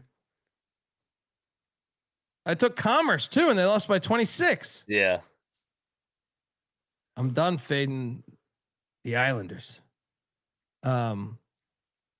Anyway, nice lock battle win, you pile of shit. It's good. It's always good to win the final one. Chat's asking my age. I'm 32. Yeah. I'm in my 40s if you can't fucking tell with my gray fucking hair. 32? Yeah. 22 at heart though, baby. There 22 you at go. heart. 22 at heart. There you go. Cheers. All right, let's get to That's game my logs, analysis man. on the Rainbow Warriors coming through for me. I mean, that game was ridiculous. I'd rather lose a game like that though than the Stanford St. Louis game. Stanford St. Louis, like I said, I'm lucky. I don't know how. So my wife told me this the other day, guys. If I'm being circle of trust here, she says you can't keep acting like that when our son is starting to retain stuff, he's starting to say shit, right? And when I lose a game like Stanford, and I throw shit. Now this wasn't the argument because this was tonight. There was another game. What game was it? It was a game like in the past week where I fucking just was watching. And I just threw shit. I was like, I mean, it wasn't anything crazy. It's just like bullshit. You know, like bullshit. Like I have a scuba diving mask for when we go deep sea diving. I threw that shit across the room when someone hit a game winner in the past week. I forget who. And I'm like, oh, fuck this. You fucking losers, right? And then my wife got super pissed at me because White Tiger's observing me. Right? Now, he didn't say that back, but there was a debate, and she's like, you can't be acting like this. And I go, honey, I've been doing this my whole life. I've been saying fuck this at a last second buzzer beater since I was like 7 years old, 9 years old. I'm the youngest in my family. I always say this. Yes. Most people, I never seen Lion King. I never watched a lot of the cartoons a lot of people watched. My older brothers were watching sports. So when I didn't even have the choice of liking sports. I don't remember thinking like, let me just follow sports. That was just what I had. That was like survival of like, hey, my brothers and then my pops, his brothers, so my uncles, all were into sports. So it was just natural. But anyway, it's a hot. I have to like this year's gonna be weird because I have to try to channel my fucking shit. Yeah, you have to tone it down slightly. Patty C threw a fucking pizza on the wall at the studio once. All right, just I was so pissed. I was so pissed. It was a fucking freshly delivered pizza. We had like one slice each, and I forget what it was. The Michigan State-Michigan game with the punter. Right? Oh, yeah. And he just took his entire pizza and our pizza and threw it on the fucking wall. I was so goddamn pissed at him, dude. I was like, dude, you lose the fucking bet. Don't throw the fucking pizza on the wall. Anyway, it's like fucking 8 slices just sliding down the fucking wall. Ryan and John come in the next day. They're like, what the fuck is this? Yeah. Oh, dude. Dude, no. Honestly, the best part, he cleaned that shit up. The best part is the next day, fucking Green I think it was Green's dog was like licking the wall, right? Licking the fucking wall where the slice fucking slid down, right? So Patty C had cleaned it, but he didn't clean it good enough. And they're like, what the fuck's happening over there? It's like dogs licking the wall. Fucking ridiculous. But it's something I got to work on right now with me. With me is like, this is why I need a studio. I was telling her this. She saw me react to the Stanford game tonight, and she kind of reminded me of our conversation the other day. And I was like, I need a fucking studio, a legit studio like I had. Because if you're hearing me yelling these obscenities, right? You're at work. I was super pissed at Pat. I was super pissed because I was like, dude, I was fucking hungry. I had one slice of pizza. So I was like, now we got to order it again. And I was like, fuck you, dude. You better order that shit right now. Right? Go get a pizza. I think we made him go get a pizza. And It's like the whole shit's on the wall. You fucking Was jackass. he drunk, Hammer? He just He was drunk, but he was just, I think he had a good amount of money on, I forget if it was Michigan or Michigan State. Yeah. Like there was the you remember the punt game, right? Where like that was what it was. Harbaugh Yeah. took Yeah. that game against Antoni. Yeah. That shit was Fucking ridiculous. Oh man. Anyway, game balls. Where are we going? Oh fuck the pizza. Game ball number Alcorn. Alcorn gets their first win at Indiana State. Let's go. You're going Alcorn over Jackson, huh? Yeah, I mean Alcorn was winless too. But Indiana State's playing in Ruston. They were a 10-point dog though. Good for Alcorn. All right. Well, fuck you. I'll go to Jackson State. You I won like- you went to Lafayette, Louisiana in their little Cajun dome. All right. You stuck it to them. Game ball 2. Where are you going? Frogs, baby. Jamie Dixon's back. Don't bet against him as a dog, man. They have gotten light years better in the month of November. They lost that bye game. Now they beat Wisconsin, Florida back to back. They're back in contention for a net large bid. That's a good game ball. That was our best money line, I think. Now, I have to give this one a game ball. A&M. I just have to, because I just couldn't believe the way we got beat down. It's not like North Dakota, Hawaii. Like this one, because it was in the state of Florida, and the fact we have seen them stumble up, against everybody. Montana almost caught them, right? A&M's getting that game ball. They're getting that game ball. That was murder. Where are you going with the third game ball? I'm going your Buffs, man.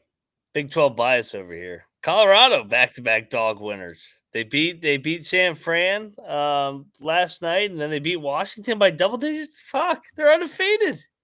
Tab Boyle. He's got him playing. He does. He's got him playing. All right. For my game ball, the final game ball. Let's go to I think it's VCU. You get a chance to take down little brother. You know they're too pussy to put you on the schedule. So you got to finagle some way to get yourself one of their tournaments and hope that they're man enough to meet you. And that's what happened. And then they did meet you and you stuck it to them by 18 points. VCU Rams. Take that, Kramer.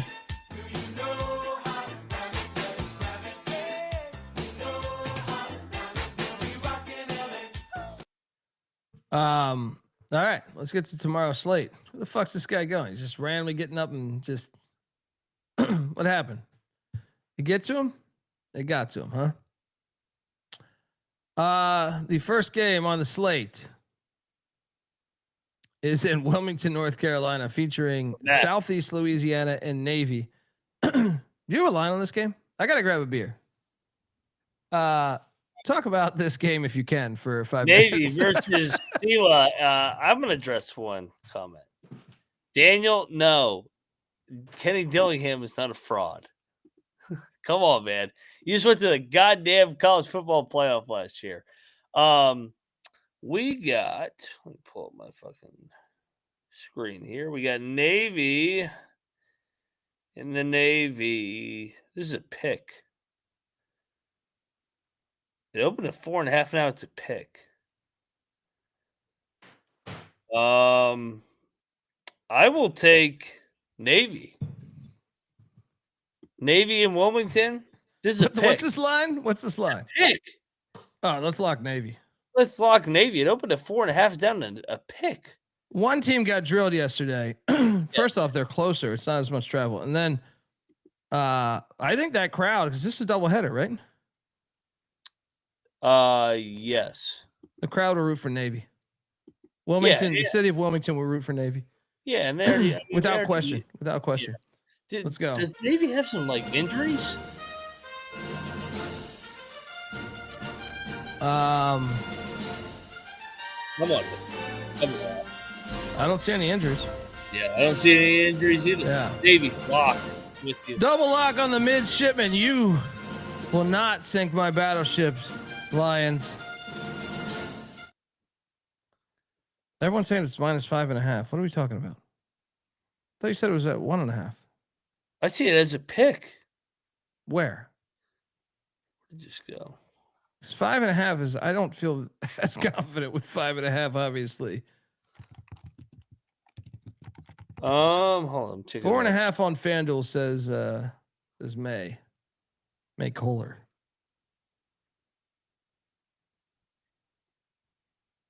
If it's 5.5, if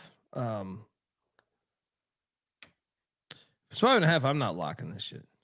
I'll take Navy, but it is 4.5. Sorry, I was wondering why it went from 4.5 to fucking pick. I was like, what the fuck?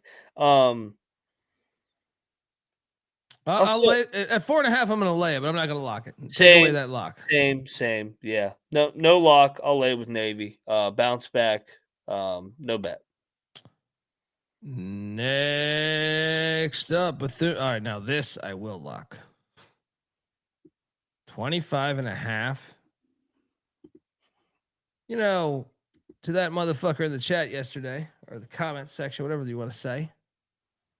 In 2022, Bethune Cookman traveled up to Assembly Hall, and they lost by 52 points.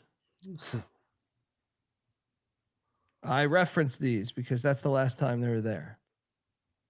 It adds to the pizzazz of the fucking show. I like to think, at least. And it does not factor into my handicap, but I am taking Bethune plus 25.5. Paging Dr. Bradley. They're going to stay within this number. Indiana just beat Purdue in a fucking rivalry game. They're all drunk at the bars right now. Didn't they get a player suspended for being out at the club last year? Yes. Now I will say that was the Mike Woodson era. I know, but still, you know, you're 18 to 22. Let's go. Give me Bethune. Lock that shit up. Give me my Wildcats. You going in? W-I-L-D. Cats. W-I-L-D. Wildcats. Absolutely. First half money line, dude. Potentially.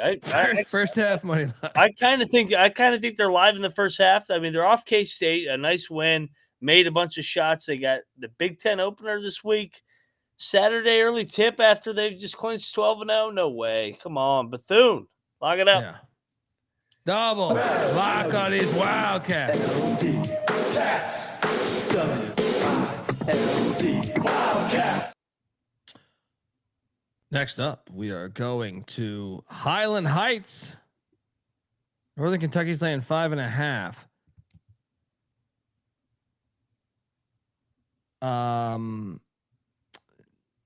Northern Kentucky's been pretty good so far.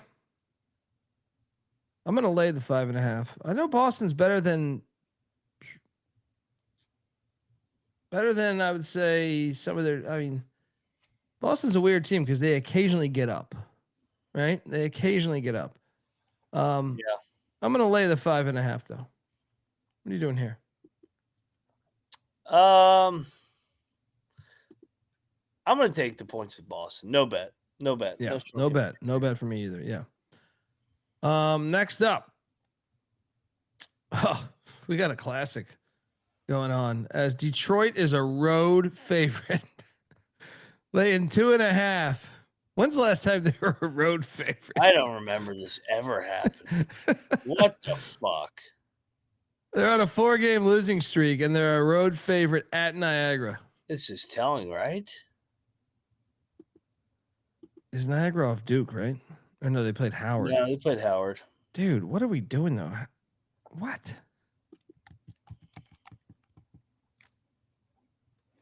Telling you, so you're saying we should bet Detroit? Because I was gonna say like we gotta take. I mean, I kind of want to fade the first time they're ever favored, but you got a point by saying if the books are telling you that, then they're telling you that. But yes. So you're saying you want to bet Detroit? We bet Detroit. I think so, man. Like, why are they favored? I mean, if anything, Niagara only losing to Howard by 10 is actually somewhat impressive, I guess. Who is Detroit? What have they done on their body of work? Have they been feisty at all? I don't think they have. They did play last year. Detroit did beat them last year. So, Detroit is better. Like they played Toledo close. All right. Let's bet Detroit. Let's go. Detroit. Bet Detroit. In Niagara. Lay the 2.5. Double lock on the Mercy. There's a The 2 hospital. out there. There's a 2 out Oh, there. it's a flat 2. We'll take that. We're going to need that.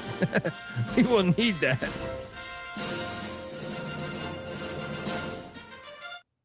Next up, we have Alcorn State La Tech. This is a double header, I believe, or the championship. This is the championship, right? This is the championship in Ruston on their MTE. They played a few years ago. La Tech won by 33. But that was a different La Tech team. What's this number? No number out yet. Projection 10. I would take Alcorn in 10. I would take Alcorn 2 and 10. Check the picks page. Yeah. Hopefully this line out. Yeah.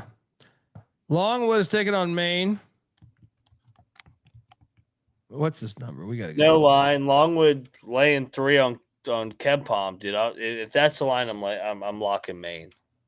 I'll be betting Maine tomorrow. I'll jump in on Maine too. But check the picks page. We don't know these numbers. We're speculating. Next up, we have Manhattan is in West Point taking on Army. I see this one. Manhattan laying 1.5. 156.5 is the over under. I think Manhattan's the smart play, dude. I think we should bet Manhattan. I think so too. As much as I hate, I kind of want to bet Manhattan. As much as I hate it, Gallagher's a good coach, man. Yeah. I think they're just. I know they were just in Hawaii not that long ago, but I'm still. Yeah. Let's go. Jaspers. Army's off the 1.5. win too. Army's off the win. Lay the 1.5. Yeah.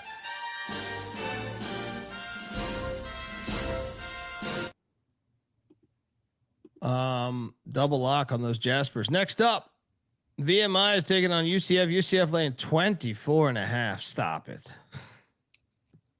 What is this? Give me VMI. I can be talked into betting the key debts. I don't know. I'm gonna take the points with VMI, but do we really want to bet this one? No. Let's continue. Yeah, let's just stay away. Stay away. Upstate is in Lincoln, Nebraska. How about those idiots? What is this game? Nebraska's the phoniest 7-win team in college football, or 8-win team. What are they? They're just a phony. They got their ass up today. They're phony and everything. I was on Sports Grid earlier in the day, and the other guests were like, "Yeah, we smashed Nebraska +6 against Iowa." They went around to me, and I was like, "Don't ask me," because I was like, I think I was going to destroy them, but they did, and I said that. And look, Nebraska didn't beat anybody good all year, really. I mean, Cincinnati. That's their claim to fame. In football, they're a basketball school now. Is my point. Yeah. They're laying 25.5 against Upstate. That's too much. Way too much. We're locking up Upstate, dude. Absolutely. Like, yes. What? Double lock on Upstate. 25.5. Upstate's solid this year, man. I remember I hit on the money line with them at Cal Baptist. I think it was that opening night, one of the opening days. No, they wanted Fresno. That's what it was. They wanted Fresno. Cal Baptist beat them the game before, but played them really close, right? Yeah. And they've been chippy on the road. I mean, fuck, let's go. Yeah. They only lost by 13 in Wilmington. Wilmington might be better than Nebraska. Yeah. I think it's far-fetched. All right, so look, pre-episode, Mac was talking to me about we like some of the bets, but I was saying that with the football slate is so fire. You know me, I got the FCS games, I got the D2 games, I got D3, I got everything. Tomorrow's just a football day. But I said, damn, there's like 5 or 6 fire college basketball games. It's not a shit ton, but there's 5 or 6 ones that I'm really excited to check out. And one of them, Mac, is an 18.5 point spread. And it's this one right here. I just want to be able to watch this game. Why is Marquette in the background? Anyway, High Point is taking on Western Carolina. Hilarious. That makes me wonder if I did this more than once. I like an in-state game. Western Carolina, I had some intel that they're going to be good this year. I don't know that intel's turned out to be good. They're 3-3, but High Point is must-watch TV to me. They're laying 18.5. Now this stadium does get lit, but I'm taking the fucking points, Mac. Give me these Cats in an in-state game plus 18.5. Do we have a look ahead potentially for High Point? They got Southern Illinois. I mean, that's kind of a bigger name. They got a Missouri, them, Missouri Valley coming to them. Yeah, I'll lock up Western Carolina. Let's go. Let's go on these Cats. 18.5. Tim Kraft and company. Man, Let's go. Tim Kraft was in the Big South, and he's played before this. He was at Gardner-Webb. So when Gardner-Webb was actually good. So yeah, let's go. Yeah. Also, Moon Township, Pennsylvania is playing home to this classic. Southern Utah and Stetson doing battle. We cashed on Southern Utah today. Can they do it again for us? What's this number? There's no way there's a line out on this game. No lines. Southern Utah -2 on KenPom. Ooh. I don't know about that. Give me the points. Yeah. I think I would take the points too if I had to. I have no idea. How about this one here? Tennessee Tech getting 33.5 against Blue Cane. And the Georgia Dogs. Give me the points. Actually, no. Snow White fucks these teams up, right? No, I'm still taking the points. He does. Yeah. Georgia wins by 30. I'm taking the points. No bet. Next up, we are going to the beautiful city of Indianapolis, where the Metros are hosting the Eagles of Morehead State. I see IUPUI laying 2.5. Give me the Metro, or give me the Eagles. Give me the Eagles. No bet. Give me the Eagles. Well, when was the last time IUPUI played a fucking home game? LIU? I mean, no one's going to be at these games, right? Yeah, but they're back at home. I love how their stadium's called the Jungle. They're completely ripping off ECU. I'm locking up IUPUI. Let's go.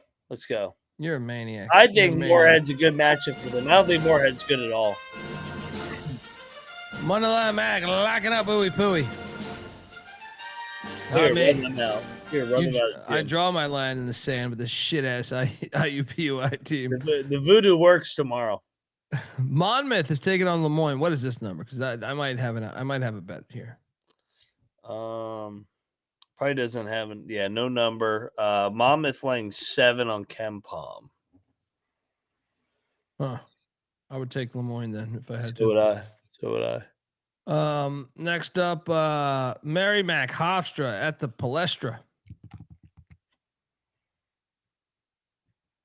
Number? We gotta have one on this, right?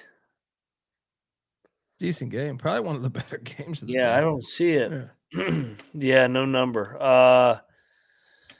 Hofstra laying 6. I like Merrimack. I'm gonna take both dogs at the Palestra tomorrow. I'm gonna lock them both. Just FYI. No, I think I would go in on Merrimack too if it's 6. I think I would go in. Yeah. I'm on Merrimack and I'll be on LaSalle too when we get to them. All right, we got a real number for this next one. The Delaware State Hornets are getting 11.5 in Baltimore against these Retrievers. Oh, what? I think we gotta lay it, dude. This is where I remind you. Yeah. That they should be 0-2 against D2 schools. Yeah. They're 1-1, but yeah, maybe 11.5 makes sense actually the more I'm looking at this. I think we might have found the worst team in college basketball. Dude, they hadn't been bad the last couple of years. I'm just looking at what was it? It was they lost to Temple by 18, lost to Syracuse by 40, lost to Niagara by double digits, bro. New Haven by double digits. Then Keene or whatever the fuck we call that one loses by Keene. They beat Keene by 2 in overtime. Yeah. And then Virginia State, another D2 school, catches them by 4 at their place. I can't take that team. Give me the Retrievers. No bet. You talked me into it, but I don't want to bet UMBC. Yeah, don't bet this. I don't like laying 11.5 with fucking UMBC. Fucking team's fucking horrible. They had to bank 3 against fucking Wagner. Yeah. No play. Bryant is taking on Harvard. Harvard laying 8.5. All right. I mean, come on. Bet Bryant? Actually, no. I don't. I was gonna say we should, but since Boston College beat them down, I think we should stay away. They are off 3 in a row losses. Yeah. Brian's still trying to figure out their identity under Jamie and Christian. No bet. I'll take the points. Yeah, I mean, I would say no bet, but I'd take the points if I had to, but I'm not betting that shit. Houston Christian's taking on Georgia Southern. Georgia Southern's laying 6.5. This I think we should go in on. Southern's got to win one of these games, right? How many they lost in a row? I feel like They've lost 4 in a row. Southern's the play. Let's take Southern. And Houston Christian they back-to-back road spot here coming down from the Citadel. I agree. Georgia Southern, lock it up. Double lock on Henry. Southern. Shout out to Billy in the chat. He won a 10-game parlay. Thanks to you guys last night. Cheers, man. Glad we could help out, man. Double lock on Georgia Southern. All right. Now back to my conversation. There's 5 or 6 games I'm super excited about. I think you can make a case this is the best game of the day right here. JMU is at George Mason. George Mason, though, is laying 12.5 points, Mac. I must bet JMU plus 12.5. Abso-fucking-lutely. I think the money line's fucking live, dude. I think George Mason's definitely the better team. But this is a rivalry. They're separated. Like, give me the 12.5. I will put some solid money on that. Sprinkle that plus 500 in the. Let's go. You in? Absolutely. Last year they played at JMU. Back and forth game. Mason wins by 5. Revenge on the mind. JMU, Preston Spradling. Foxhole. Let's go. JMU, lock it up. Double lock on JMU. Shout out to our friend GBO Farms. Let's go Golden Eagles, buddy. And I say let's go Golden Eagles because you're getting pissed on today, brother. Oh yeah. You are getting pissed on in football today, buddy. Avia, baby. Bring your goddamn raincoat. All right. I love this JMU George Mason game. They couldn't pick a worse time to put the game on though. Mm-hmm. Next up we have. Didn't I click this? Come on. Southern is in Natchitoches. Take it on Northwestern State. Northwestern State is catching 2.5 at home. That's the play, buddy. Give me Northwestern State this? money line. It's fucking locked. Plus 115. Let's go. Double lock. Yeah.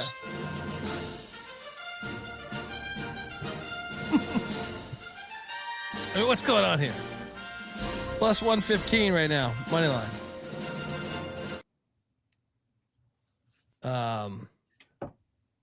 Next up, we got fucking Dartmouth is taking on St. Peter's. What's this line? St. Peter's laying 1.5. I'll lay it.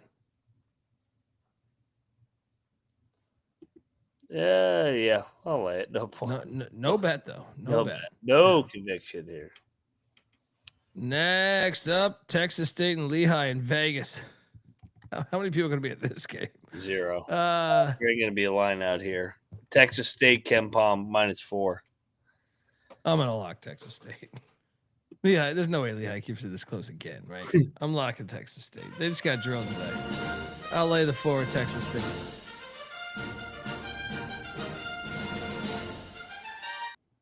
Mac? I'm taking Lehigh, no bet. I don't trust Texas State laying fucking points. And they could go out in the town in Vegas, dude. That's a scary thought. I don't like the back-to-back here. Next up, Bellarmine is taking on Northern Illinois in DeKalb. Line? Why is there not a line out on this one? I don't see a Kempom line either. Interesting. All right, check the picks page. This game's still happening? Maybe that blizzard. That could be an X factor. Could be. Is the game canceled? There's a big snowstorm going through.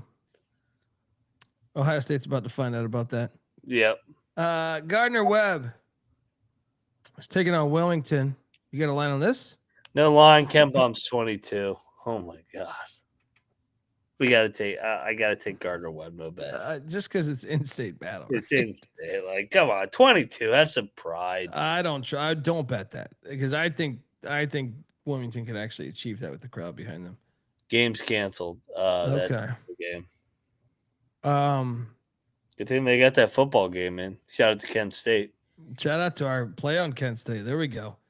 Stephen F. Austin, UT Arlington. This game's awesome. Stephen F. Austin's laying 1.5. Both teams are pretty good this year, man.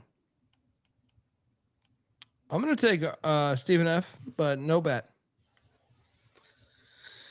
I'm going to buy into Stephen F., man. I'll lock it up. I like Bauer year one. I like what I've seen. Give me these Jacks. Moneyline Mac, lock it up the Lumberjacks of Stephen F. Austin. Yep. Next up, we got Western Michigan and Valpo. I just hit on Valpo. This is we should hit Valpo -5.5. I'm going to bet that. I'm going to lay the 5.5 with Valpo. Valpo just got beat by Southern Indiana. Moneyline dog that I was on. Western Michigan is still a terrible fucking basketball team. You should bet Valpo. Co-sign. You give in? me Valpo and Powell. Yeah, Coach Powell. Let's go. Lock it up. Lay the 5.5 of Valpo. It's a good bet. It's one of the better ones, I think, of the day.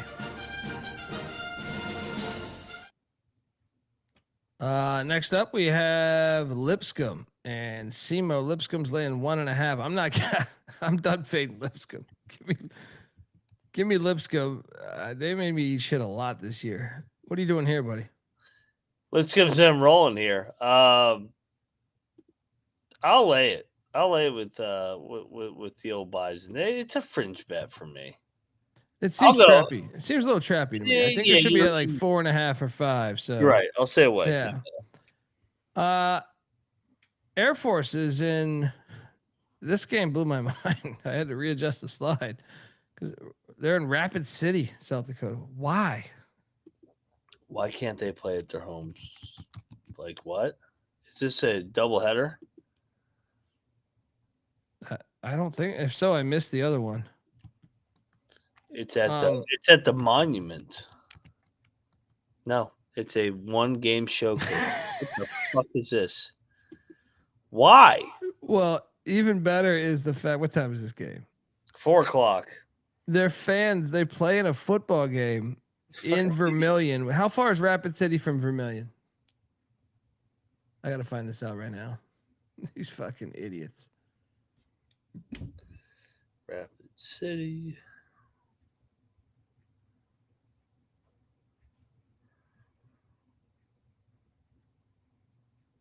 $8 hours? Hell, aren't they in the same state? Let's see. 5 hours. Did you pull that up? Yeah, Vermilion. Yeah, 5 hours. This fucking AI. The AI on Google's full of shit. Fake news. Yeah, AI. Told me 8 hours and 35 minutes. Oh, kiss my ass, AI. Yeah. Either way, though, none of those South Dakota fans that are hosting a playoff game are going to drive over to Rapid City. Now, the problem is this. Air Force is terrible. But they did beat South Dakota 2 years ago, and they played this exact matchup. Yes. I'm locking Air Force. They're winning this game outright. This is a karma game. You're locking this? Yes. I can't. I can't lock this one, but I'm not laying points at South Dakota on a fucking neutral. This is a neutral. Air Force will have just as many fans.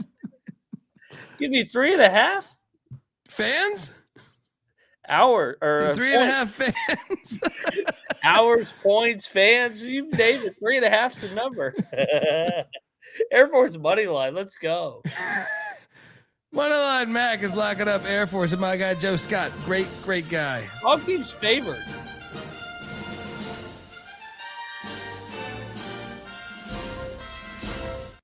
Shout out to Brandon Davis. It says crazy to think Arizona football was 2 or 3 plays away from being 11-1 in the Big 12 championship game. Yeah.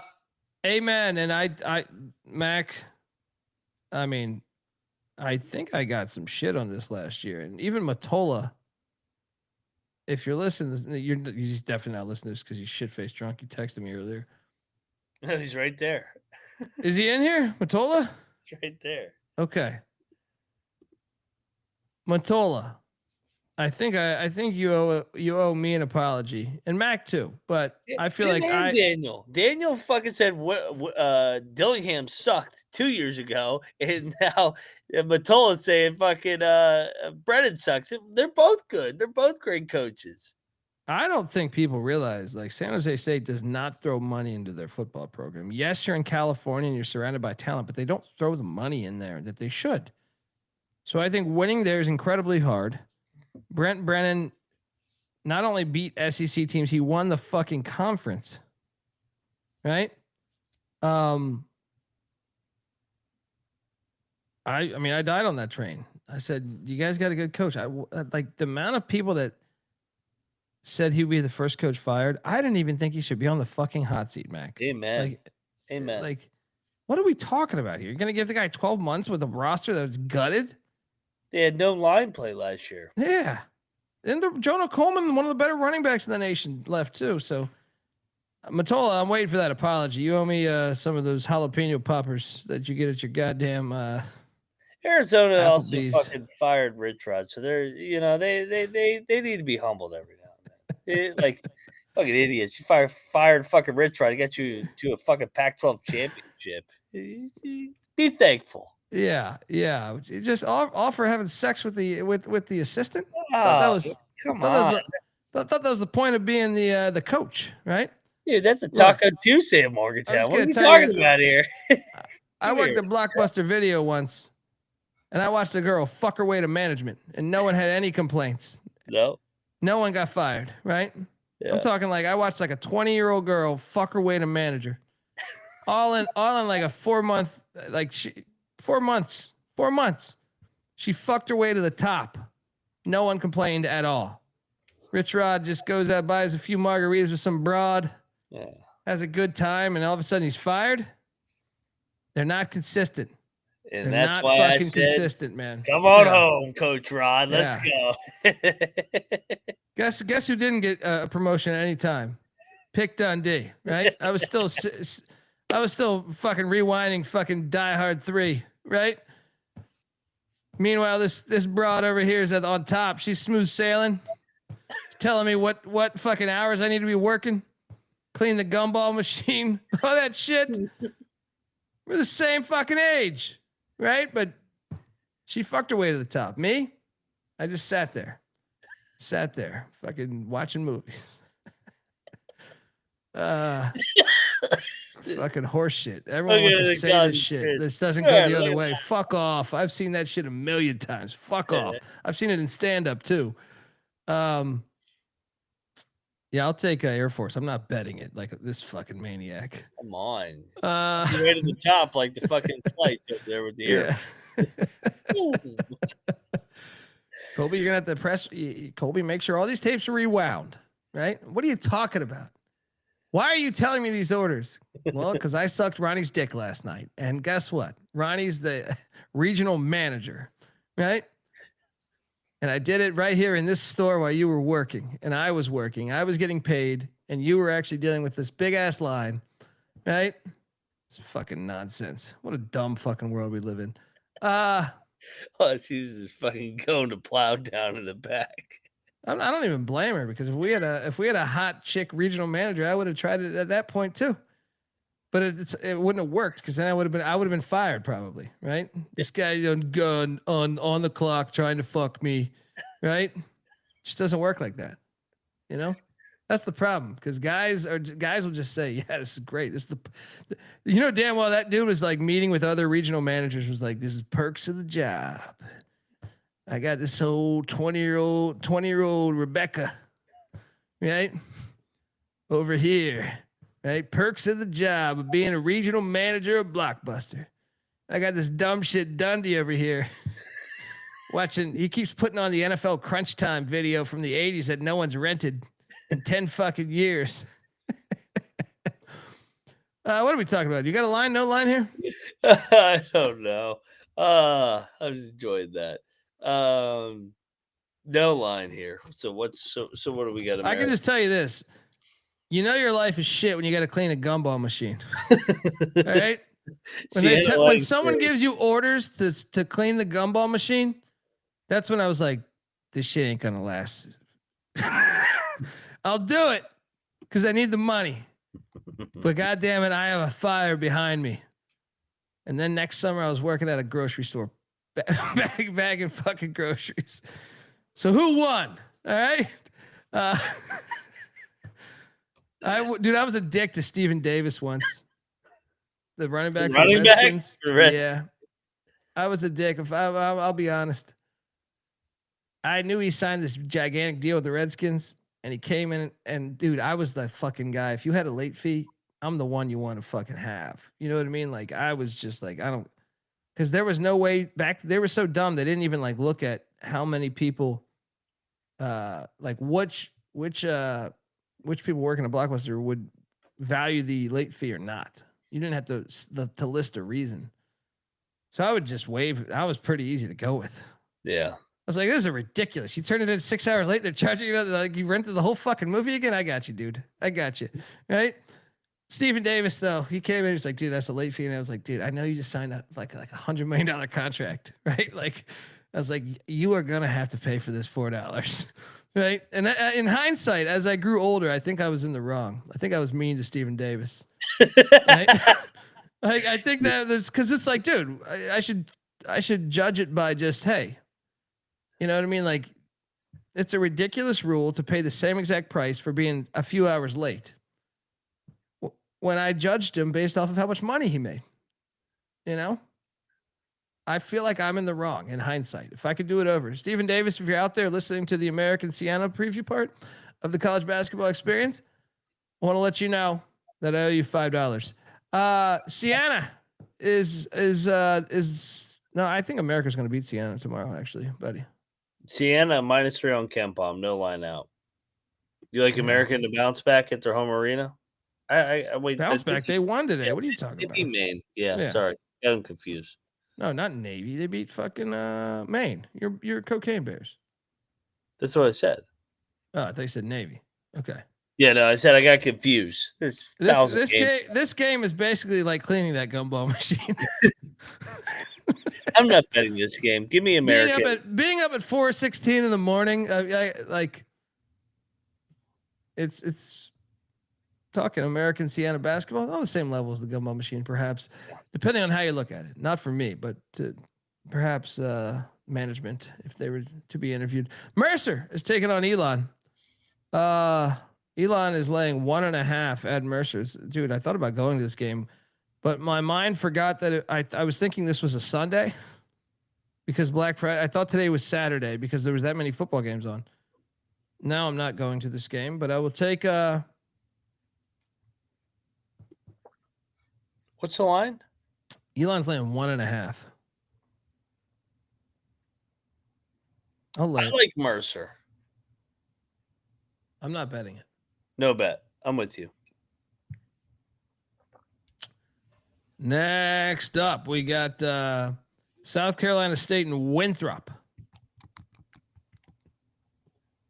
Winthrop's laying 20.5. Get the fuck out of here. What is this? Lock. Come on. First half money line available. 20.5.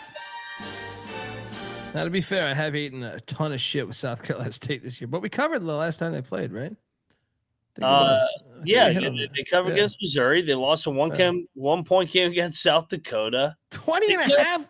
Winthrop's good, but come on, they got a lot of staples, man. South Carolina State's covered the last 3. Let's go. Lock it up. First half money line sprinkle. First half money line.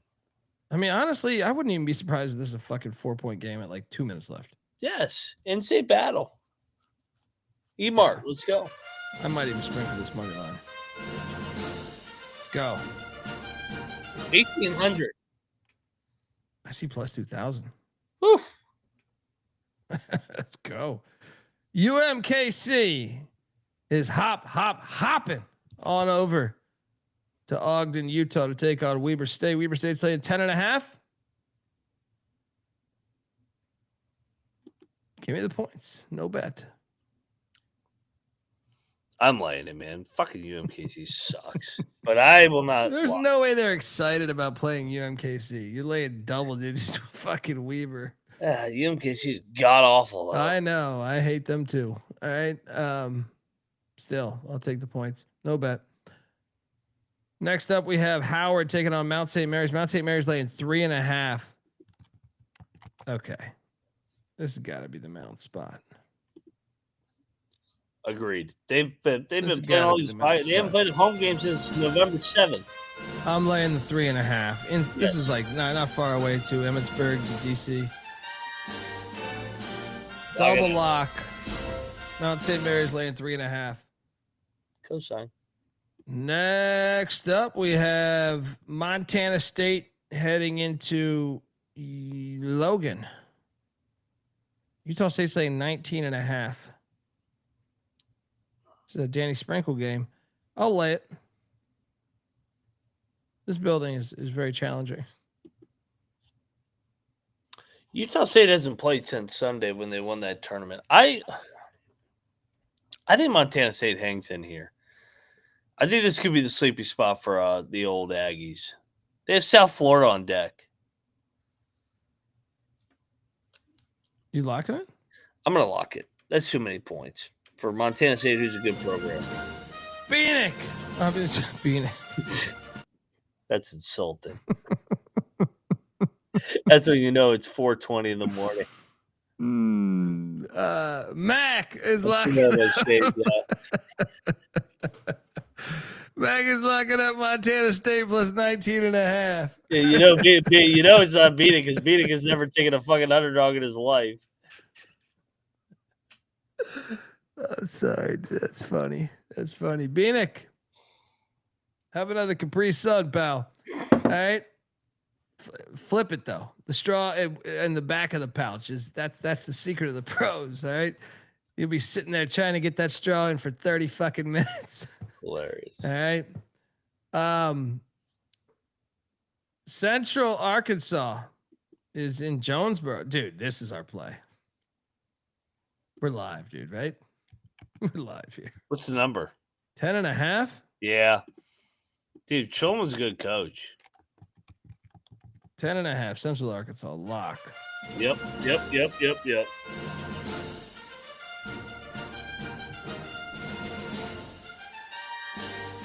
You're all impressed, man. We are on the roll right now.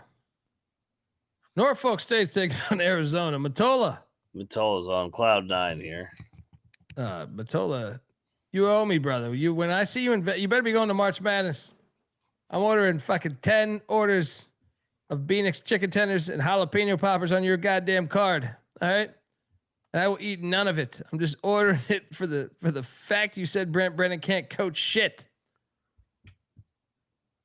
Arizona's laying 33.5. I will lay it. Part of me wants to take, like, Norfolk's is a respectable program, but it's just so far away too. I gotta lay it. No bet. Lay it, no bet.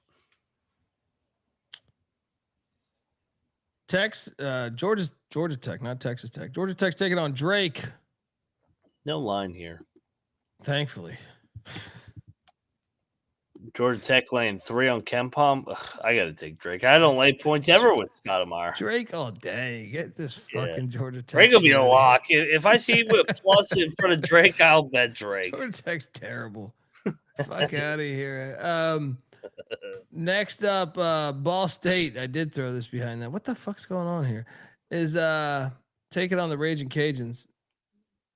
No line, back to back. Actually, no. Wait, it's not the Raging Cajuns. It's Lafayette the Leopards. I fucked this up. Oh.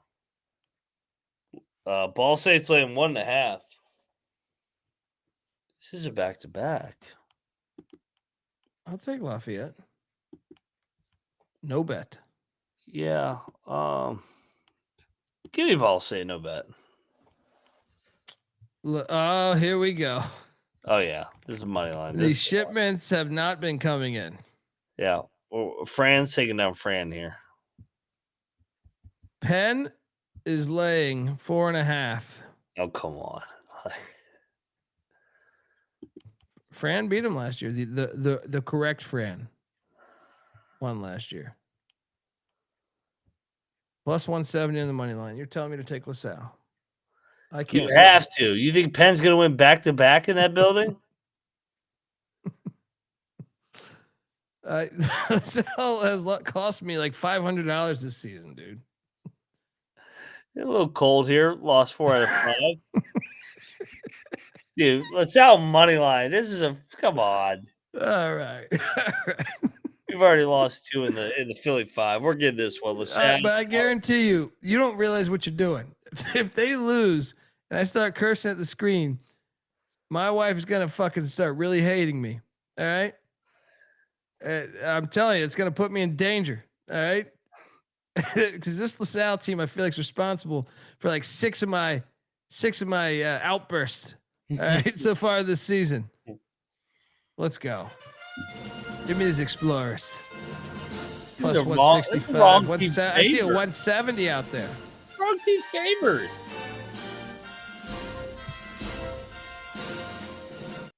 Fucking LaSalle team. Let's go. Shout out to Gentle Giant. Like the show, bros here from Mississippi. Cheers, man. Are you Ole Miss Ole Miss, or are you State, or are you the Rock in Hattiesburg? Gotta let us know. Or Jackson. Don't forget Jackson. Yeah. So double lock on LaSalle. Next up, we got Seattle and Santa Barbara doing battle in Vegas. Line? No line. Seattle and KenPom 5. We should take Barbara if they're getting points. I will probably lock Santa Barbara if that's the case. Same. Check the picks page. Riverside is taking on Dixie State. Dixie State's laying 4.5. I mean, Riverside kind of sucks, right? But they've won a couple in a row, right? They beat Lavin and they beat 4.5. That's fucking a big number for Dixie. Let's take Riverside.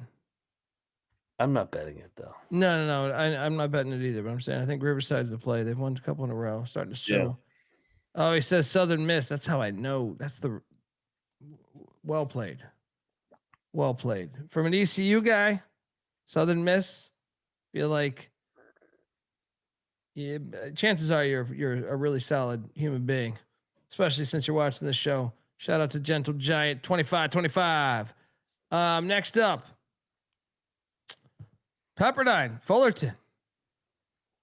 Pepperdine's laying 3.5 at Fullerton. I'm thinking Pepperdine's the play. Pepperdine's got to be the play. They played all right the other night, man. Or no, not the other night. 2 nights ago. 2 games ago. Stephen F. Austin game. I'm on Pepperdine. I'll take Pepperdine too. You betting this thing? Yeah, I'm gonna.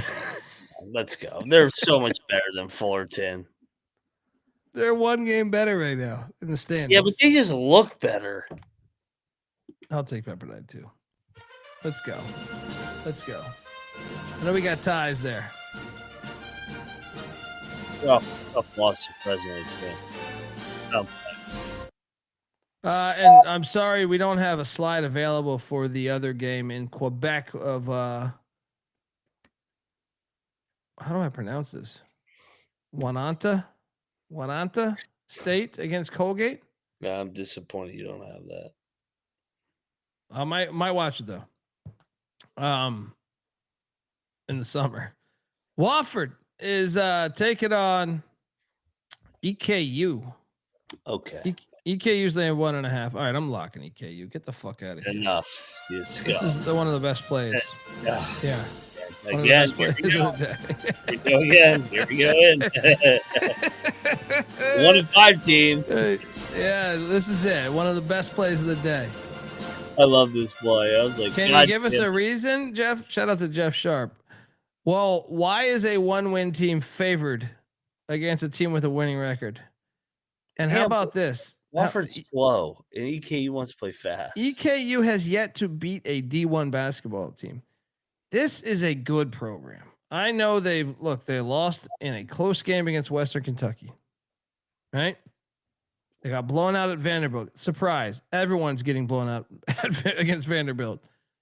Then they did lose by 12 to or 15 to Kent State. Kent State's really good though. Right? Mercer, they lose by 12. Mercer's looking pretty fucking good. Northern Kentucky, they lose by 11. That's a rivalry game at their place, but Northern Kentucky's also 5-2. The schedule has been hard. This is where they get this thing rolling. No, he was asked about Pepperdine. Oh, Jeff, Pepperdine's not bad. They beat New Orleans, who's won multiple bye games. They hung in with UCLA already this year. They lost an overtime game to Northern Colorado, and they lost at the buzzer to fucking Stephen F. I actually think this team's pretty good. That finally they kind of got drilled the last game when they played my Fresno State Bulldogs, which and Fullerton's fucking still rigging games, I think. Still, so yeah. All right, now I want to take you back to our card of awesome games. Now, if you ask Joe Schmo on the street about this game, he'll tell you to get fucked, right? But for us sickos, we have an inner city battle here. Buffalo is taking on Canisius. Buffalo is laying 6.5.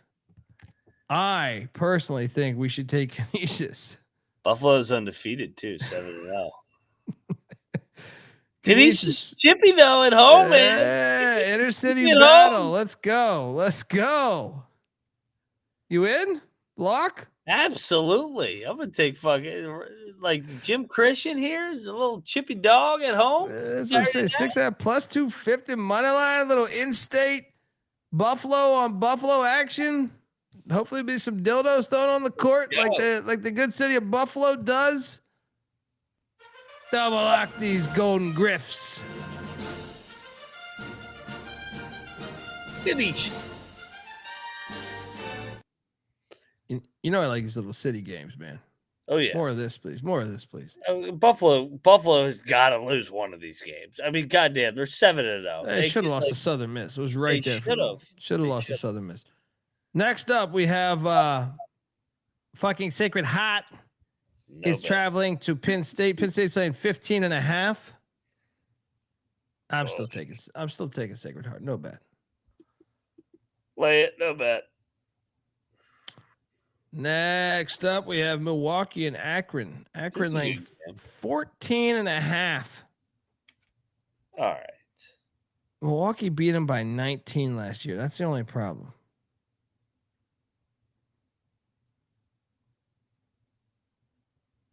For them to beat them by 19 last year and for Akron to be favored by 14.5. I mean, Akron's off the fucking the Virgin Islands strip. They're destroying everybody, though. Yeah, they lost their last game. Yeah, you're right. Let's go Milwaukee in the points. I'm Milwaukee, man. I think Akron's gonna win. I don't think it's gonna be by 15 plus. I think the Akron love has gone a little too far now. Moneyline back, lock it up. The Panthers of Milwaukee. I mean, shit, the line last year was a fucking pick. Yeah. Little Rock is in Carbondale. Catching 13.5. We should lock up Little Rock here. 13.5. 13.5. I'm definitely taking Little Rock. You can talk me into a bet. I hate Darryl Walker. I'm gonna lay it. No bet. I'm not touching this game. Oh, here comes one of the better games of the day. DePaul, LSU. Can Cannabis Capper knock off the 6-0 LSU Tigers? People are thinking national championship in Baton Rouge. What Lane They've had wins against Tarleton without their best player. New Orleans and Master P. The Airport, Alcorn State, Omaha, and Drake. And DePaul and Boston College are on deck. You got a number on this? I see LSU -7 on KenPom. I will be on DePaul if it's 7. Yeah, I will too. No bet. Or there's no line, so no bet right now. Yeah. Check the picks page. It's annoying All that's taking forever. Let's go to Canada, eh? Fordham and Albany. Fordham's laying 5.5.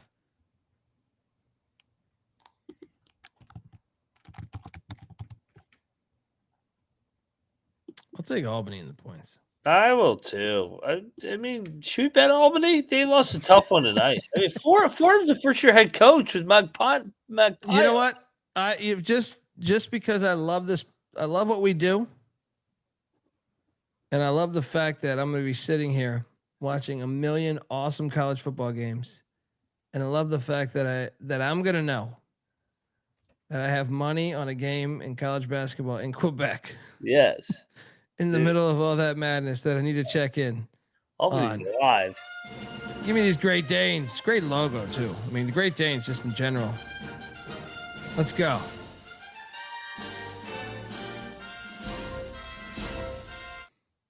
Next up. A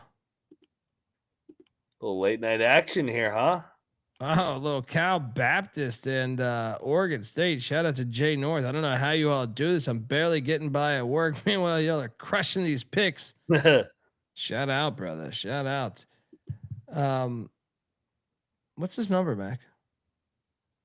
Oregon State's favored by 1.5. Baptist is better than Oregon State, dude. They are. Is it? When's the Pac-2 game tomorrow? That's a good question. Is that a night game? Why do I think it is? Let me see. 6:30. That thing runs about 3 hours. So right in there ain't gonna be nobody at this game. We should bet Cal Baptist. They're better right now. They're playing better basketball. Yeah, Oregon State. They're off the trip. They went 0-3. I'm not a fan of the team. Let's go Lancers. Yep.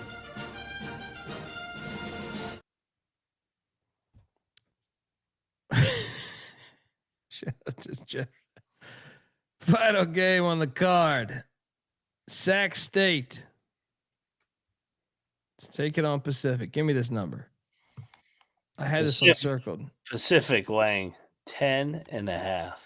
Damn. I think we got to bet Sac State. I was coming in thinking Pacific would be a good opportunity. Yeah. They're not far away, dude. Stockton and Sacramento is nothing. They're not far away at all. And you get Pacific coming off a nice 2-0 neutral site trip earlier in the week. Third game of the week here versus Sac State, who's kind of got the cruise a little bit. I think they're the more rested team. Regionality, Sac State, lock it up. I'll take you one further, man. Sprinkle the +1 or +450 money line. Yeah. Let's go.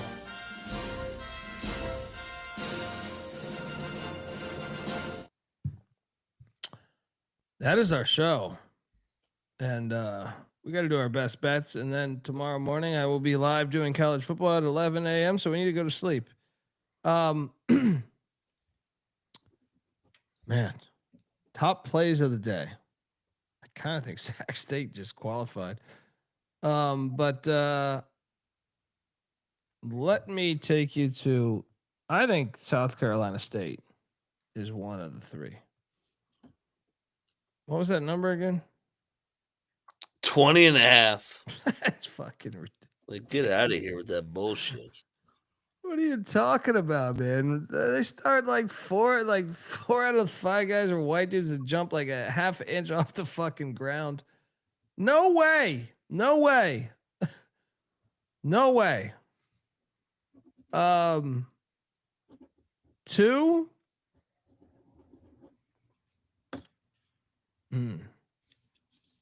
The problem is some of these lines I don't even fucking see here. I'm gonna say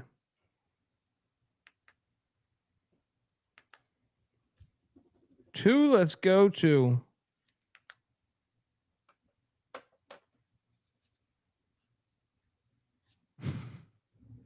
Hilarious slate. you know what, man? I tend to think. I guess there's still blowout potential. 2. I'm gonna say Georgia Southern against Houston Christian. I think Georgia Southern's gonna stick it to them tomorrow. 3.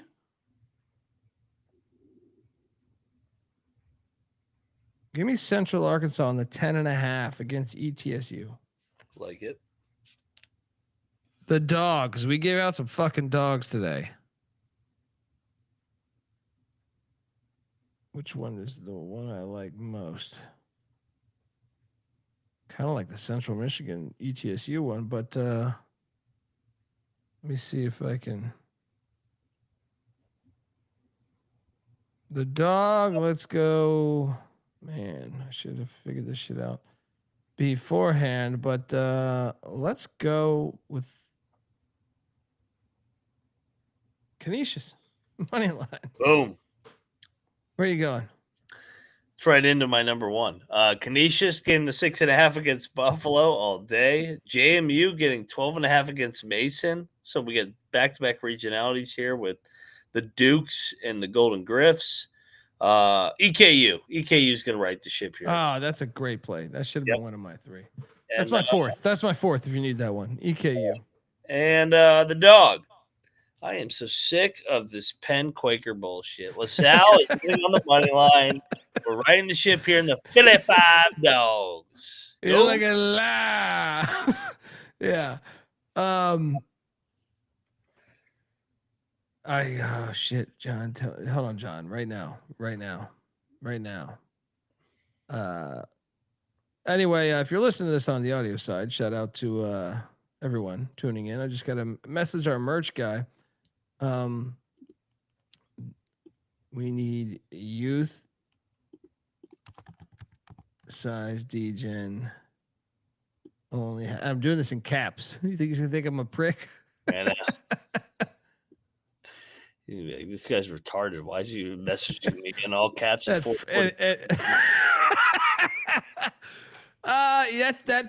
true. He's gonna definitely think I'm on cocaine, right? Motherfucking Dundee guy's a fucking whack job. Folks, that's our show. Moneyline Max on Twitter at Moneyline_Mac. I'm on Twitter at TheColbyD. I will be on talking college football with the great Terrell Furman in about 5 hours. Fire day tomorrow. Let's go. Let's get some greenbacks. All Mountaineers kick off here in 5 hours or 6 hours, whatever it is. Beat Texas Tech. Cheers, beards, go ears. Let's go. Till next time. And by the way, look, the amount of people that hit me up for this song. Sorry if I don't explain in every DM. This was a song for a pilot I had made that's absolutely fucking horrible. But the song is good. And shout out to Mocha Only, MokaOnly, for doing it for me. Great guy. I'd known him for like 20 years, and I hit him up when we were doing the pilot, and he gave us this shit. So anyway, it's not out there on iTunes. You won't ever find it. But I can send it to you if you want. But anyway, have a wonderful night. This is the college basketball experience. You better start thinking about yours. And we out of here.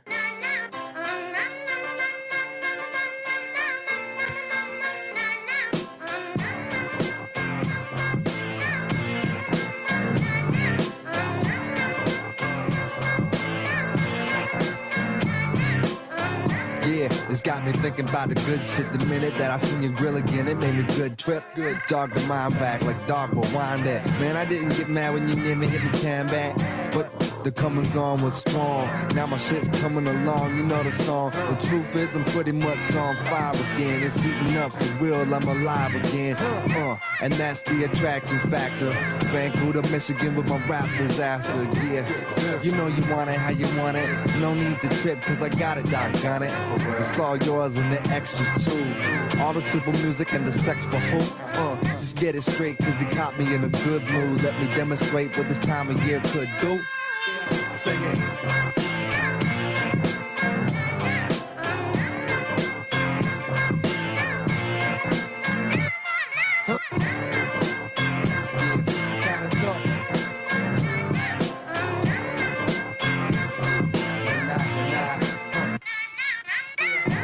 Last